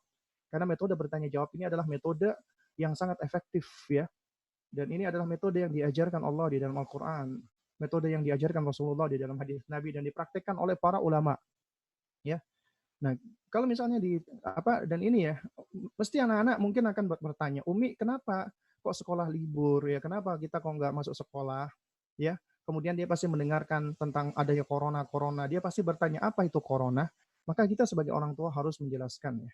Ini cuma sebagai contoh saja ya, ini bukan standar jawaban. Artinya ya Anda semua ya itu bisa menjawab sesuai dengan pengetahuan Anda ya dan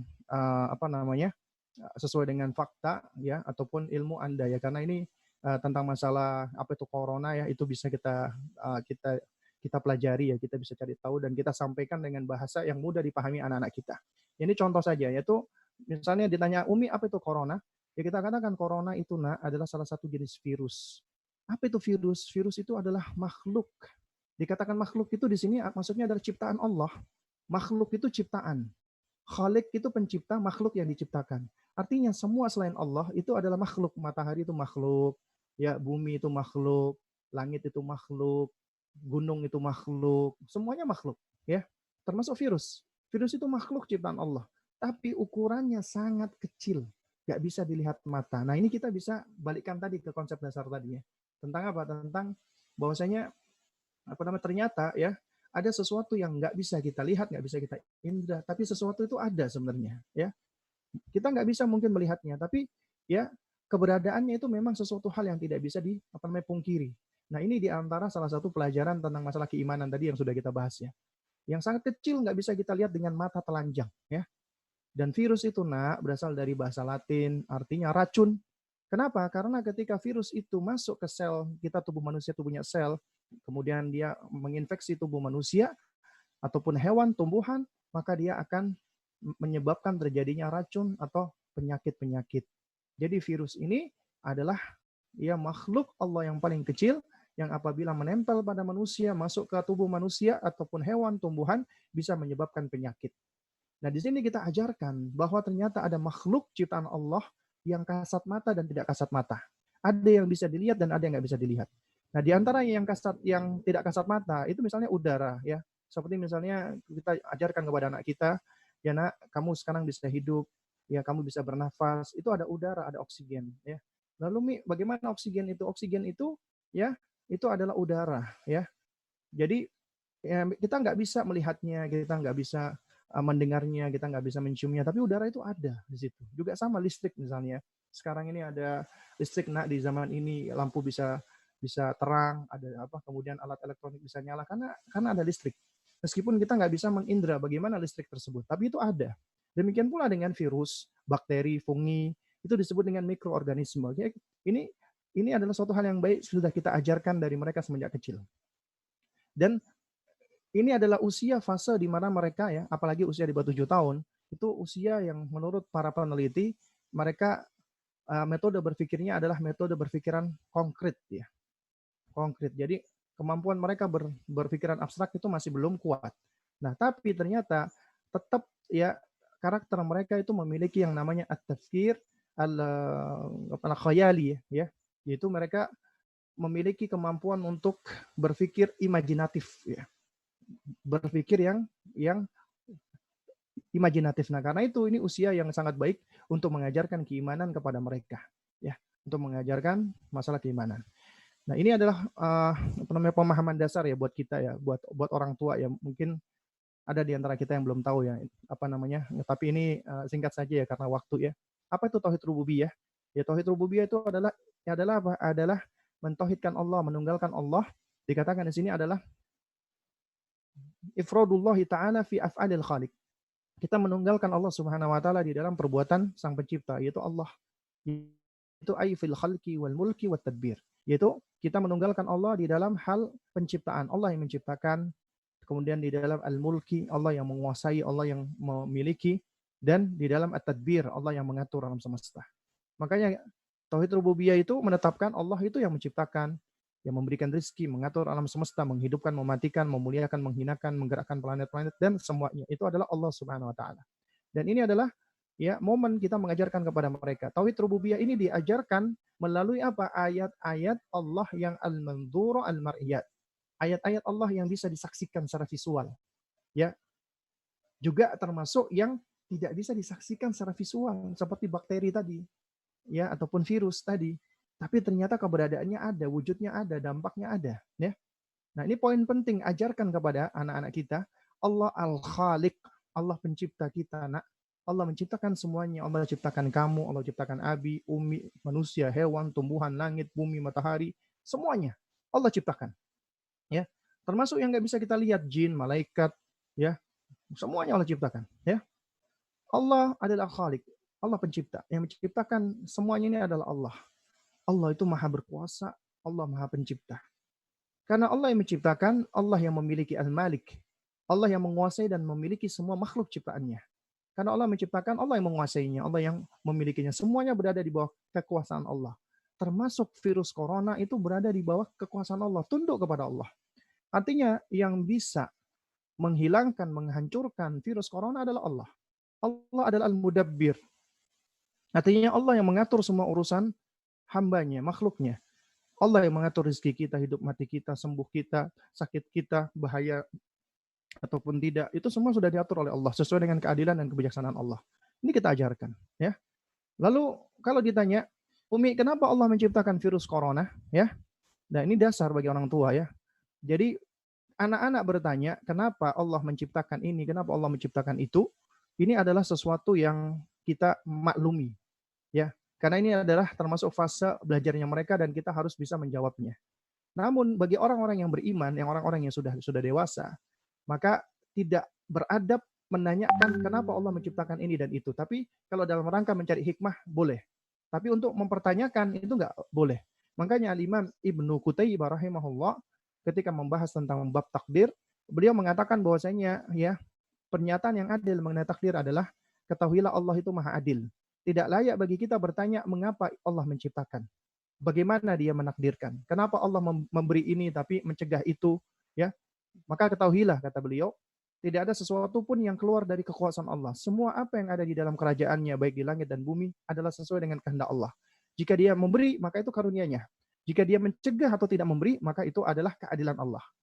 Ya, artinya secara asal kita tidak layak untuk bertanya kenapa Allah begini, kenapa Allah begitu. Karena Allah tidak ditanya, tapi Allah yang berhak bertanya. Nah, tapi memang ya di antara fase perkembangan ya di antaranya anak-anak kita adalah ya mereka bisa jadi akan bertanya tentang Allah Subhanahu wa taala. Ya, nah oleh karena itu jika anak kita bertanya kenapa Allah menciptakan virus corona, maka kita sebelum menjelaskan, kita jelaskan dulu tentang sifatnya Allah, keadilan Allah. Allah itu maha adil, Allah maha bijaksana, Allah maha mengetahui semuanya, nak. Ya, Allah tahu semuanya yang baik, ya, dan semua apa yang Allah lakukan itu pasti mengandung kebaikan. Allah menciptakan sesuatu itu ada hikmahnya, ada pelajarannya. Ya, juga ketika Allah menciptakan virus yang kecil itu pasti juga ada hikmahnya.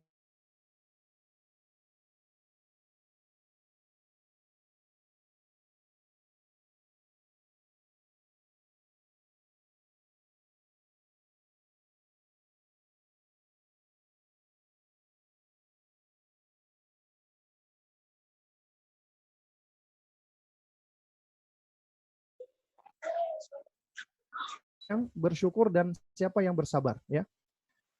Allah Subhanahu wa taala surat Al-Anbiya tadi ya, Allah berfirman ya, wa nabluukum bisyarri wal khairi fitnah wa ilaina turja'un. Dan kami mengujimu dengan keburukan dan kebaikan juga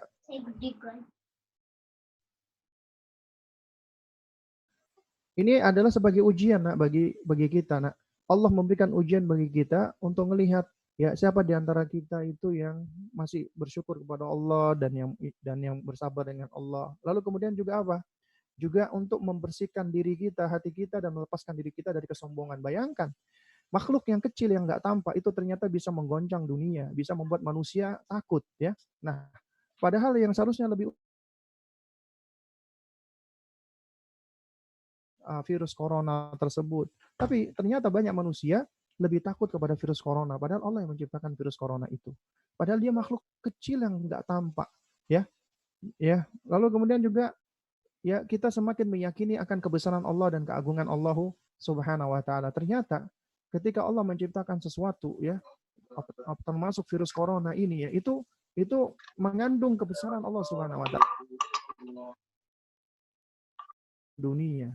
Bisa membuat negara-negara yang pongah, yang takabur, yang sombong, ya mereka semua itu merasa ketakutan, ya. Mereka merasa ya sebesar-besarnya mereka, sehebat-hebatnya tetap ketika Allah turunkan ujian dengan makhluk yang Allah ujikan dengan adanya virus corona seperti ini, banyak di antara mereka yang apa? Yang yang juga merasa besaran Allah. Juga menggugurkan dosa-dosa manusia dan mengangkat derajatnya. Jika ada di antara kita yang kena musibah, yang sakit, maka sesungguhnya sakit-sakit tersebut itu bisa mengangkat derajat kita dan menggugurkan dosa-dosa kita. Ya. Lalu kemudian ini juga merupakan wujud kecintaan Allah bagi hamba-hambanya. Ya, karena Inna Allah idza ahabba qauman ibtalahum. Sesungguhnya Allah apabila mencintai suatu kaum, Allah akan uji maka baginya ridha Allah. Wa man sakhita falahu sakht. Siapa yang marah, maka juga baginya kemarahan Allah Subhanahu wa taala. Ya. Juga diantaranya adalah ini agar kita selalu tunduk terhadap segala putusan Allah meskipun tampak enggak baik. Ya, meskipun menurut kita tampak enggak baik. Padahal sejatinya semua apa yang Allah tentukan itu adalah baik ya.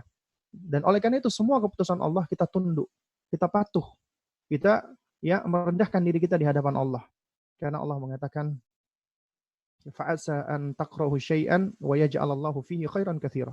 Bisa jadi kamu nggak suka dengan sesuatu padahal Allah jadikan di dalamnya itu ada kebaikan yang banyak. Bisa jadi kita nggak suka dengan adanya wabah corona, tapi ternyata di dalamnya ada kebaikan yang banyak. Di antara kebaikannya Allah ungkap hikmah-hikmahnya. Di antaranya adalah apa? Adalah misalnya ya orang-orang kafir yang tadinya mereka mencela Islam seperti Cina yang mereka apa namanya melarang kaum muslimin dari Uighur ya, dari Uighur untuk berhijab dan lain sebagainya. Akhirnya Allah goncang seperti ini. Akhirnya banyak di antara mereka akhirnya memakai pakaian-pakaian yang menutup, memakai masker seperti ini, niqab dan yang semisalnya. Ya intinya banyak lah apa namanya pelajaran-pelajaran yang bisa kita ambil ya. Dan ini mohon maaf ya kalau agak cepat ya karena waktu kita ya. Baik. Lalu kemudian lantas apa yang harus dilakukan dengan adanya virus corona ini? Ya, nah ini kita sudah masuk ke tahap mengajarkan mereka uluhiyah ya. Itu lebih ke arah nanti tataran ibadah. Yang kita lakukan tentunya adalah ikhtiar, usaha. Ya, karena ikhtiar kita itu ada dua. Ikhtiar wiqayah dan ikhtiar ilaj.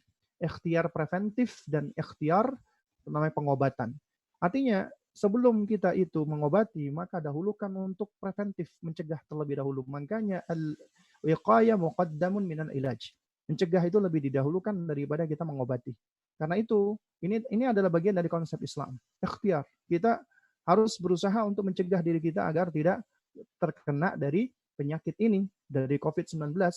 Nah, caranya ada dua. Allah itu menurunkan ada dua sebab. Sebab kauniyah, sebab kauni, dan sebab syar'i. Sebab kauni adalah sebab-sebab duniawi. Seperti misalnya, ya seperti saat ini yang dilakukan adalah melakukan social distancing. Ini termasuk sebab kauni. Kemudian juga menjaga kebersihan, menjaga higienitas, mencuci tangan, pakai masker, dan yang semisalnya. Sedangkan sebab syar'i adalah kita lebih banyak ya beriltija, yaitu kita lebih banyak menyandarkan diri kepada Allah dengan doa, zikir, salat, sedekah dan lain-lain sebagainya. Nah, kita ajarkan kepada anak kita bahwa manusia itu wajib ikhtiar, usaha sebelum tawakal. Ya, karena tawakal itu mengharuskan adanya ikhtiar sebelumnya. Karena nggak boleh kita tawakal hanya tawakal tok nggak ada ikhtiarnya. Karena itu sungguh ya mohon maaf ya, ucapan orang-orang yang jahil yang dia ya mengklaim aku takut kepada Allah, aku nggak takut pada corona. Akhirnya dia keluar, dia nggak mempedulikan keselamatan dirinya. Akhirnya apa? Dia malah mendatangkan madarat untuk dirinya dan untuk orang lain ya. Ketika dia apa namanya terinfeksi dengan penyakit ini misalnya. Nah ini bisa kita contohkan banyak contohnya misalnya ya orang lapar nggak akan bisa kenyang sebelum dia makan. Untuk mencari makan dia harus kerja. Nah, kerja mencari makan itu adalah ikhtiar sebab kauni, artinya dia harus berusaha. Sebab syar'inya adalah misalnya dia berdoa, ya, dia berzikir agar dimudahkan untuk mendapatkan makanan, ya. Itu adalah di antara sebab-sebab syar'i. Nah, ini mungkin poin yang terakhir ya, adalah ajarkan anak amalan-amalan ini ketika di wabah corona melanda. Ini bagian dari tauhid uluhiyah. Yaitu apa? Ajarkan untuk selalu menjaga Allah Subhanahu wa taala. Ya ingat nasihat Rasulullah kepada Abdullah ibnu Abbas radhiyallahu taala anhuma ketika masih kecil. Rasulullah mengajarkan ihfadillah yahfadka ihfadillah tajidhu tujahaka. Jagalah Allah, maksudnya jagalah batasan-batasan Allah, syariat-syariat Allah, maka Allah akan menjaga kamu. Jagalah batasan Allah dan syariat Allah, agama Allah, niscaya engkau akan mendapati Allah itu selalu ya menolong kamu. Maksudnya menjaga perintah Allah adalah dengan cara mengamalkan dan menjaga larangan-larangan Allah, yaitu dengan cara menjauhinya, ya. Nah, dengan melakukan ini akan menjadi sebab perlindungan dan keselamatan. Ya Allah memberikan perlindungan dan keselamatan bagi hambanya dari semua musibah, mara bahaya, kesialan, dan yang semisalnya. Ya, ini diantara syarah yang disebutkan oleh para ulama. Kemudian ajarkan mereka untuk senantiasa membiasakan zikir pagi dan petang. Minimal ajarkan mereka ketika pagi atau petang membaca ini sebanyak 3 kali, yaitu Bismillahi alladzi la yadurru ma'asmihi syai'un fil ardi wala fis sama'i wa huwas sami'ul alim. Ya. Bismillahilladzi la yadurru ma'asmihi syai'un fil ardi wala fis sama'i wa huwas sami'ul alim. Dengan nama Allah yang tidak akan bahaya segala sesuatu di langit dan bumi dengan menyebut namanya. Karena dialah yang maha mendengar lagi maha mengetahui. Nah, kemudian kita jelaskan sedikit tentang makna doa tadi. Ya, doa ini mengajarkan kita untuk mengucapkan basmalah. Basmalah ini mengandung manfaat yang besar. Faedahnya besar. Basmalah ini adalah ya di antara sunnahnya para nabi dan rasul. Bahkan Al-Quran, Allah pun di dalam Al-Quran itu mengawali dengan basmalah. Karena di dalam basmalah mengandung adab tertinggi kita kepada Allah. Karena sebelum kita berbuat melakukan sesuatu, kita ingat Allah, kita menyebut nama Allah. Makanya dikatakan adab tertinggi seorang hamba kepada Rabb-nya, yaitu ketika dia mengucapkan basmalah. Kemudian ini adalah termasuk aktivitas mencari berkah dari menyebut nama Allah.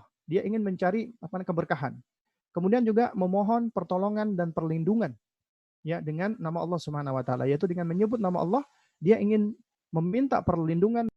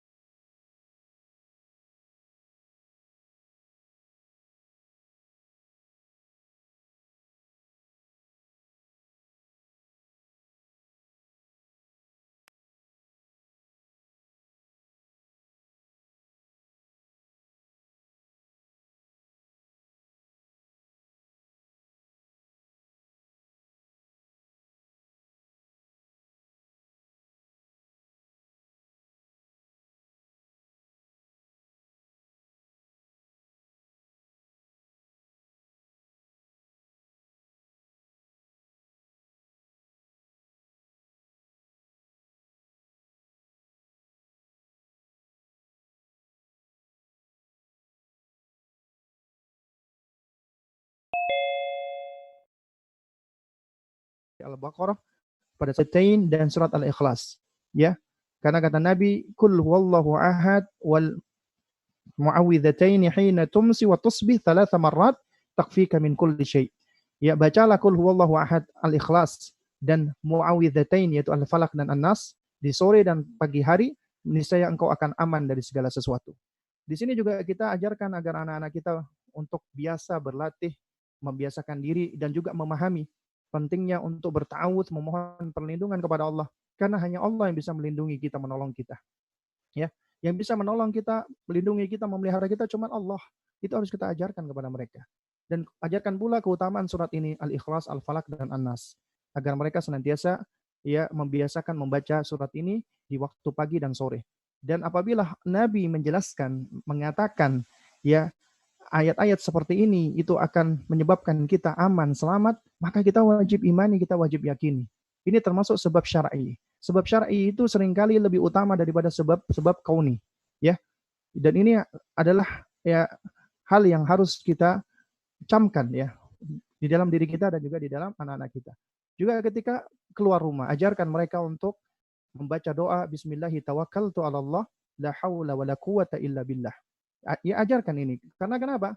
Karena apabila seseorang keluar kemudian dia membaca Bismillahi tawakkaltu 'ala Allah la haula wala quwata illa billah, maka akan dikatakan ya, yakni Allah akan mengatakan kepadanya ya, qad hudita wa kufita wa uqita. Maka engkau akan diberi petunjuk, kemudian engkau akan dicukupi dan engkau akan dijaga. Sehingga syaitan pun menyingkir. Makanya ketika syaitan ini menyingkir, syaitan yang lain ngomong kepada syaitan yang menyingkir ini, kaifa laka bi rajulin qad hudiya wa kufiya wa wuqiya. Apa yang bisa engkau lakukan dengan orang yang sudah mendapatkan petunjuk, kecukupan dan dijaga oleh Allah?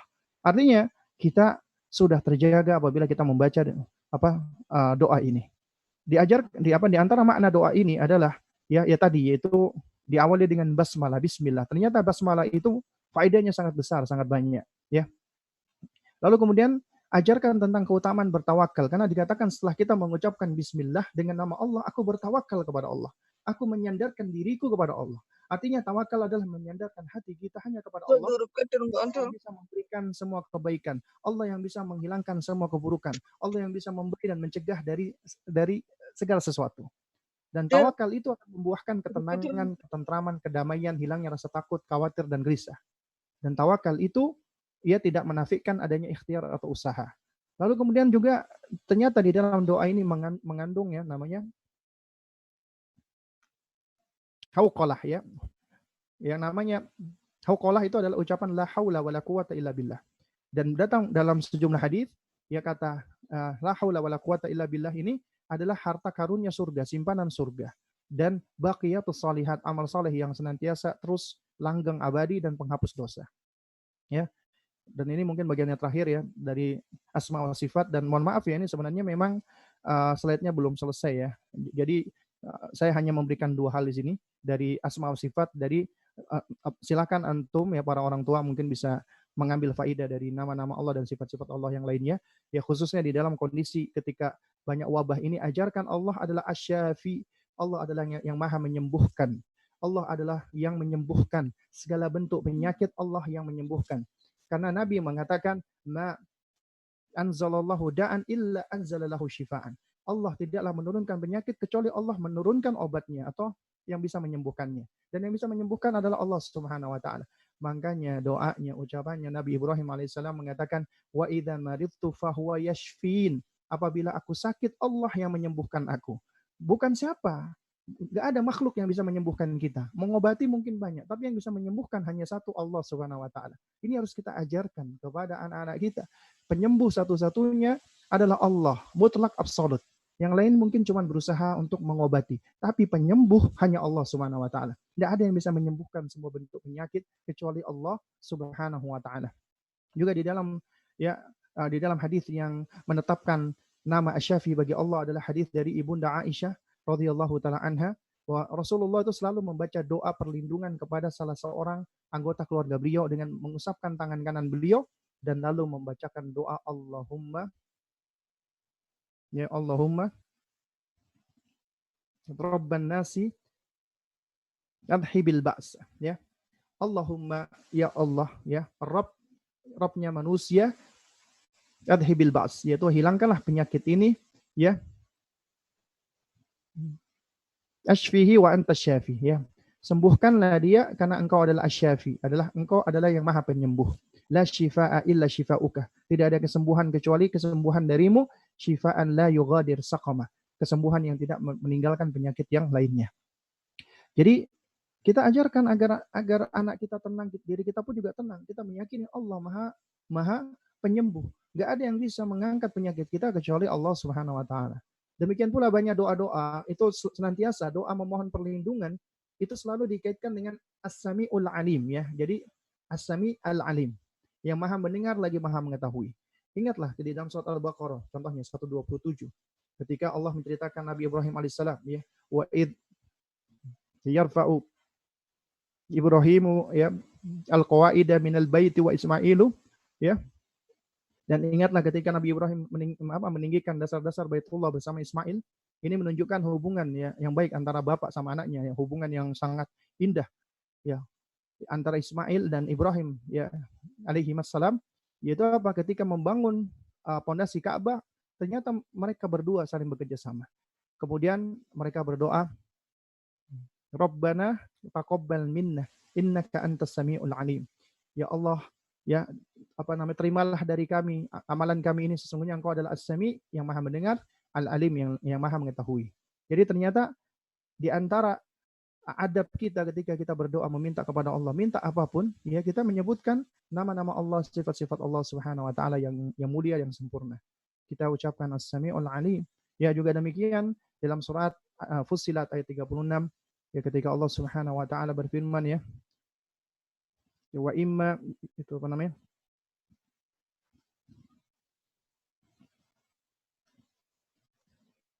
Yanzaghannaka minasyaitani nazghun fasta'id billah innahu huwas samiul alim. Dan jika setan itu mengganggumu, ya, dengan suatu gangguan, maka fasta'id billah, mohonlah perlindungan kepada Allah, innahu huwas samiul alim, karena sesungguhnya Allah adalah as-sami, maha mendengar, al-alim, maha mengetahui. Demikian pula ketika Nabi mengajarkan kita doa, Nabi mengatakan, a'udzu billahi samiil alim minasyaitonir rajim min hamzihi wa nafthihi wa nafthihi. Ya, aku berlindung kepada Allah As-Sami, yang maha mendengar, Al-Alim, yang maha mengetahui, dari syaitan yang terkutuk, dari hamzihi, dari gangguannya, dan dari tiupannya, dan dari semburannya, ya. Hadis riwayat Abu Dawud, ya. Nah, baik, sobat muslim yang dimuliakan Allah Subhanahu wa taala, ya. Jadi ini adalah sebagian dari faidah-faidah, ya, yang bisa kita ajarkan untuk anak-anak kita, ya, khususnya di kondisi yang sedang penuh dengan ujian ini, ya, di mana, ya, wabah corona ini saat ini, ya, sudah menjadi pandemik global, dan dari informasi, ya, jumlah korbannya senantiasa naik, ya, dan banyak orang menjadi takut dan panik. Jadi gunakan ini kesempatan bagi kita, ya, untuk lebih memperkuat sendi-sendi keimanan kita dari rumah.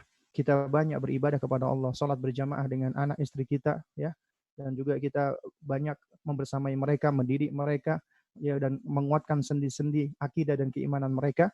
Dan kemudian kita berdoa kepada Allah Subhanahu wa taala agar Allah segera mengangkat semua musibah dan bencana ini, karena tidak ada yang bisa mengangkat semua musibah bencana ini kecuali hanya Allah Azza wa Jalla. Ya, mungkin ini yang dapat saya sampaikan. Mungkin ada pertanyaan yang bisa dijawab akan saya jawab, yang tidak bisa maka harap maklumi. Baik. Ini sudah ada pertanyaan sepertinya, ya. Bagaimana cara mengajarkan anak di bawah 7 tahun apabila nanti lebaran biasanya harus bersalam-salaman dengan keluarga lain, nenek kakek, bagaimana caranya agar anak tidak usah bersalaman? Baik, anak di bawah usia 7 tahun, ya. Jadi memang di antara adab atau etika adalah kita mengajarkan mereka untuk berjabat tangan, salaman, terutama dengan orang-orang yang lebih tua, ya.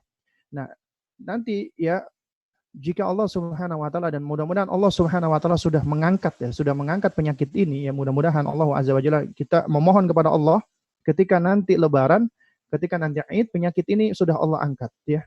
Sudah Allah angkat sehingga, ya, kita tidak usah repot lagi untuk apa? Untuk untuk apa? Untuk untuk mengajarkan atau memberikan mereka alasan ya. Kenapa kok nggak usah salaman?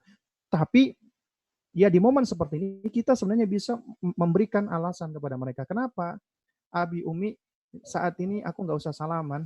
Yaitu diantaranya adalah kita jelaskan kepada mereka bahwa ya virus corona ini, makhluk Allah yang kecil ini, di antara cara penyebarannya adalah melalui persentuhan kulit antara orang yang sehat dengan orang yang sakit.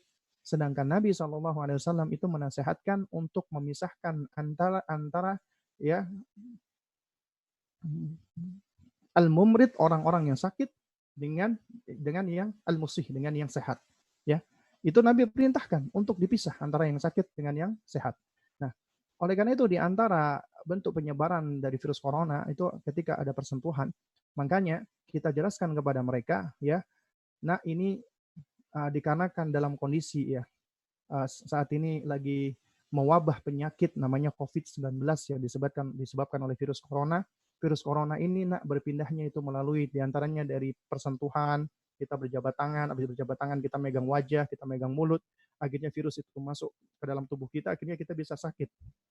Nah, karena itu di saat ini kita sementara tidak berjabat tangan dahulu, kecuali misalnya sama Abi sama Umi yang benar-benar di dalam rumah dan itu sudah di make sure dipastikan bahwasanya kita dalam kondisi yang sehat dan baik ya.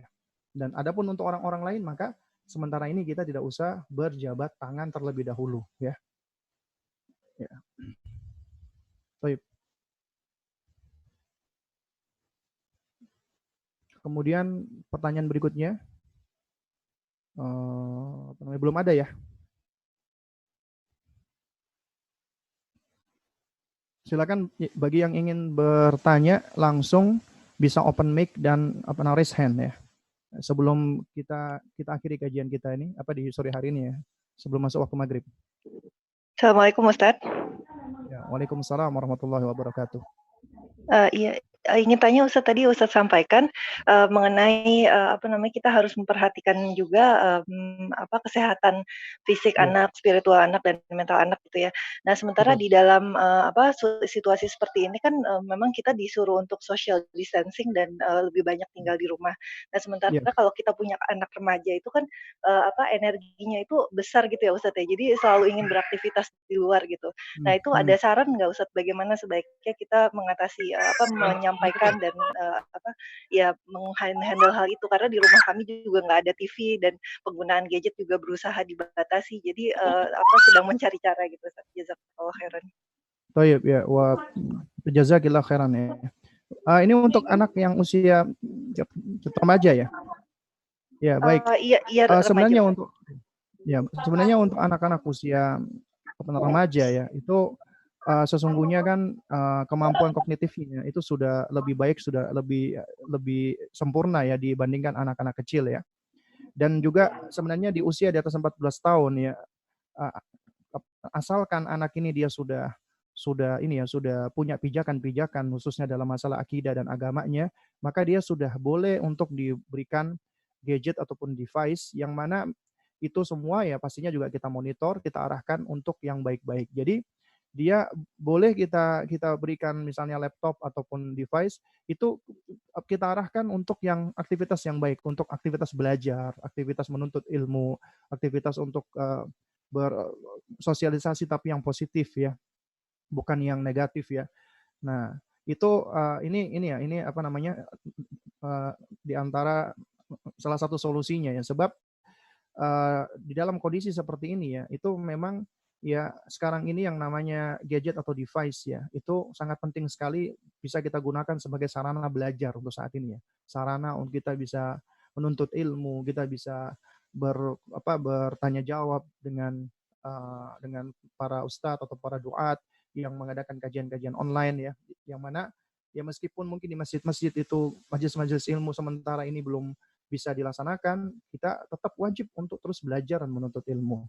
Kemudian yang kedua ya, untuk anak-anak remaja yang mungkin memang mereka dalam masa-masanya yang sangat energik dan yang semisalnya, itu mungkin memang bisa difasilitasi oleh orang tuanya ya, misalnya untuk melakukan aktivitas indoor di dalam rumah misalnya ya, untuk olahraga dan seterusnya ya. Dan wallahu a'lam bishawab ya. Karena saya kurang tahu ya tentang, kita memang diperintahkan untuk social distancing dan untuk lebih banyak menghabiskan waktu di dalam rumah ya. Tapi apa namanya, kalau kalau memang misalnya di lingkungan kita itu sepi ya, kita bisa gunakan misalnya pagi-pagi kita lari jogging ya, ataupun di atas jam 10 kita bisa keluar sejenak untuk berjemur ya, yang mana informasinya itu katanya juga baik itu juga baik ya, bisa bisa membantu membunuh virus ya. Jadi intinya kita bisa keluar untuk beraktivitas yang positif, berolahraga misalnya, cuman tetap dengan kita berusaha untuk menjaga ini ya, menjaga diri kita yang dari sisi kebersihan, kalau perlu pakai masker dan yang semisalnya ya. Dan yang ketiga adalah apa? Adalah kita bersamai anak kita yang sudah remaja itu ya. Itu ini adalah momen bagi kita ya, maksudnya untuk orang tua ya. Untuk anak-anak kita mulai dari yang masih kecil termasuk yang sudah remaja. Biasanya itu yang paling banyak masalah, terutama masalah komunikasi, adalah anak-anak kita yang sudah usia remaja. Nah, karena itu ini adalah fase yang penting sekali agar kita bisa lebih banyak menghabiskan waktu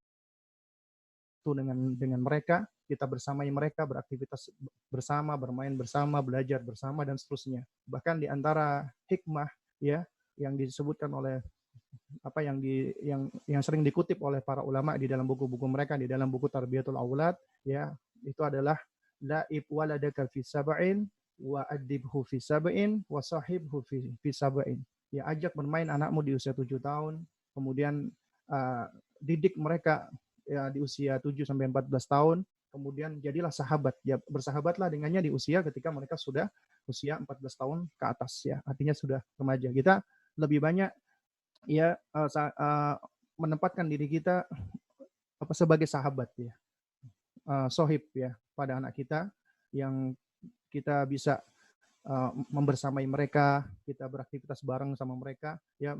Dan juga suatu hal yang penting juga adalah ya, seenergiknya anak-anak kita, anak remaja kita, itu juga tidak akan membawa madarat yang besar jika mereka memang harus berdiam diri di rumah. Bahkan madarat yang besar apabila mereka dibiarkan untuk keluar ke rumah ya. Jadi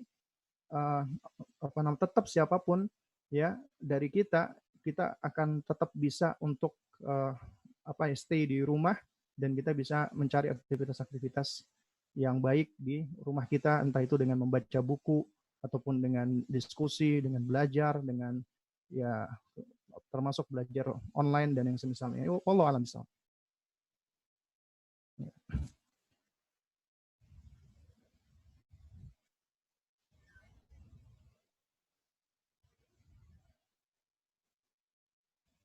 Baik, ini sudah ada pertanyaan lagi yang masuk ya. Afan mau tanya di luar topik, anak-anak umur 3 tahun selalu bertanya, Allah itu laki-laki atau perempuan? Saya belum jawab karena takut salah, tapi dia selalu tanya, bagaimana Ustaz jawabannya? Ya, kita jawab bahwasanya ya, Allah Subhanahu wa taala itu berbeda dengan kita. Kalau kita manusia, abi laki-laki, umi perempuan.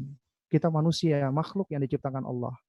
Ya juga sama, nak, kamu juga makhluk diciptakan Allah. Allah memberikan kepada kita itu ada yang namanya kelamin, sehingga ada gender, ada jenis kelamin ya. Karena Allah menciptakan makhluknya itu berpasang-pasangan. Karena kita makhluk butuh satu dengan yang lainnya. Kita butuh dengan pasangan kita. Umi butuh sama Abi, Abi butuh sama Umi, kamu pun butuh sama Umi, Umi juga butuh sama kamu dan seterusnya. Karena kita makhluk ya.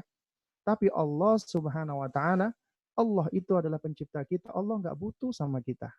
Ya, Allah itu tunggal, Allah itu ahad, dan Allah itu tidak disifati dengan laki-laki atau perempuan. Jadi kita katakan Allah bukan laki-laki, Allah bukan perempuan. Karena ini adalah sifat ini hanya disifatkan pada makhluk saja, yaitu hanya disifatkan kepada selain Allah. Allah tidak disifatkan dengan sifat kelamin atau gender, ada laki-laki atau wanita, tidak. Ya, Allah tidak disifatkan karena Allah Subhanahu wa taala itu adalah ahad, Allah tunggal. Kalau disifatkan ada laki-laki, ada perempuan, maka berarti itu menunjukkan akan adanya sifat kurang bagi Allah. Ya, ya. Jadi intinya adalah ke anak umur 3 tahun kita katakan, nak, Allah bukan laki-laki, Allah bukan perempuan. Allah pencipta kita, Allah sempurna. Abi laki-laki, Umi perempuan. Ya, jadi Allah menciptakan kita manusia, ada laki-laki, ada perempuan. Ya. Nah, tapi Allah itu tunggal, Allah satu. Ya, jadi kita jelaskan dengan penuh kesabaran ya, karena anak usia 3 tahun ya, memang seharusnya sih ini kan kemampuan kognisi mereka masih belum sempurna. Sebenarnya ini adalah fase di mana apabila kita mendidik mereka dengan bentuk dogma atau doktrin. Ya. Dan ini usia mereka memang seharusnya diajari dengan dogma atau doktrin, adalah kita ajarkan ya Allah adalah pencipta kita, Allah beristiwa di atas arsy, ya Allah Subhanahu wa taala itu adalah yang maha sempurna dan seterusnya. Itu adalah sifatnya dogma dan ini adalah sesuai dengan fitrah dan mereka nggak akan menentang. Ya.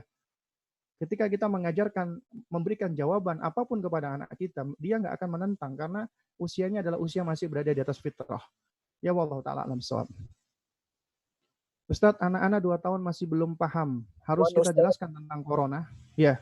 Ya intinya adalah ya 10 menit lagi azan maghrib mungkin. Oh baik. Oh baik, baik ya. Tanya Ustadz ya. Ya.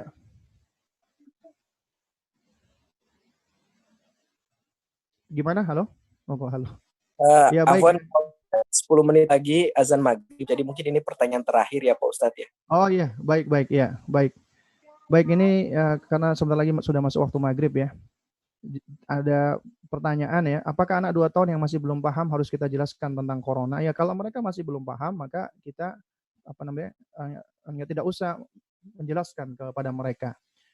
Ya. Tapi kalau misalnya mereka melihat ya, mereka pengen keluar, kemudian kita nggak bawa keluar, ya bisa kita jelaskan, ya apakah ini kita jelaskan kepada mereka. Jadi kita melihat ya sesuai dengan hajat dari sang anak. Kalau misalnya dia enjoy aja di dalam rumah, nggak ada masalah, kita nggak usah menjelaskan ya apapun ya pada anak kita yang masih 6 tahun ini ya. Sebab memang dari sisi perkembangan kognisinya memang masih belum ini ya, masih belum optimal ya. Jadi intinya ya kita sebagai orang tua yang harus menjaganya, memeliharanya, dan kita lebih banyak fokus untuk mentasmi ya, banyak memberikan kepada anak kita, apalagi usia 2 tahun itu banyak mentasmi mereka dengan kalimat-kalimat thayyibah, artinya memperdengarkan mereka dengan kalimat-kalimat thayyibah, dengan Al-Qur'an, dengan sunnah, dengan zikir dan seterusnya ya. Lalu kemudian juga kita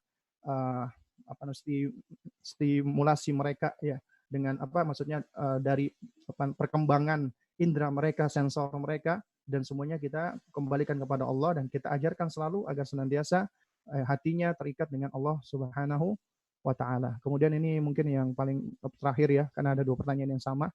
Bagaimana slide yang beredar tentang COVID-19 tidak disolati, dimandiin dan dikafani Ustadz? Ya wallahu taala alam bisawab ya. Ya, wallahu taala alam bisawab. Ini adalah termasuk masalah-masalah yang dikatakan oleh para ulama adalah masalah-masalah itu nazilah ya, masalah-masalah yang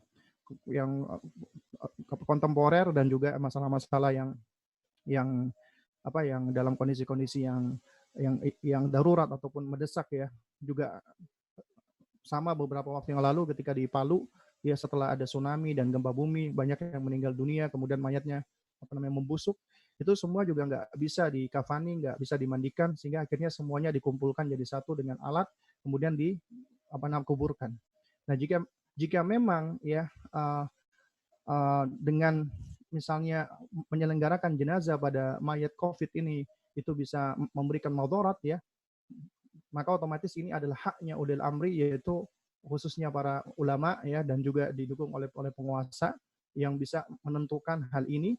Dan jika ini memang termasuk kondisi-kondisi nazilah ya, maka ya jika kita punya keluarga yang wafat dalam wafat penderita COVID-19 misalnya ya, jadi yang bisa kita lakukan adalah kita ya, jika memang mayat tersebut tidak diizinkan untuk diambil, untuk disolati dan lain sebagainya, dan itu bisa menimbulkan madarat, maka ya sudah, kita yang penting sudah berusaha dengan semaksimal mungkin, sebaik mungkin untuk menunaikan haknya dia sebagai muslim, ya. Dan jika itu memang tidak memungkinkan, maka kita cukup mensolatinya, ya. Jika juga tidak bisa mensolati jenazah, maka kita diperbolehkan untuk mensolatinya sholat ghaib, dan juga kita mendoakan sang mayit itu. Ya wallahu a'lam bishawab ya. Jadi ini mungkin bisa lebih detailnya ditanyakan oleh ustadz-ustadz yang lebih kompeten ya. Karena ini permasalahan fikih nazilah ya, fikih yang besar ya, yang seharusnya memang dijawab oleh ulama yang memang memiliki kompetensi di dalam hal ini. Wallahu taala alam shawab. Ya baik, karena ini sudah mau maghrib ya. Mungkin ini yang dapat saya sampaikan, kurang lebihnya saya mohon maaf jika ada hal-hal yang keliru, yang salah datangnya dari diri saya pribadi, yang hak datangnya dari Allah. Kita tutup dengan kafaratul majelis. Subhanakallahumma wa bihamdik, asyhadu an la ilaha illa anta astaghfiruka wa atubu ilaik. Wassalamualaikum warahmatullahi wabarakatuh. Waalaikumsalam warahmatullahi wabarakatuh.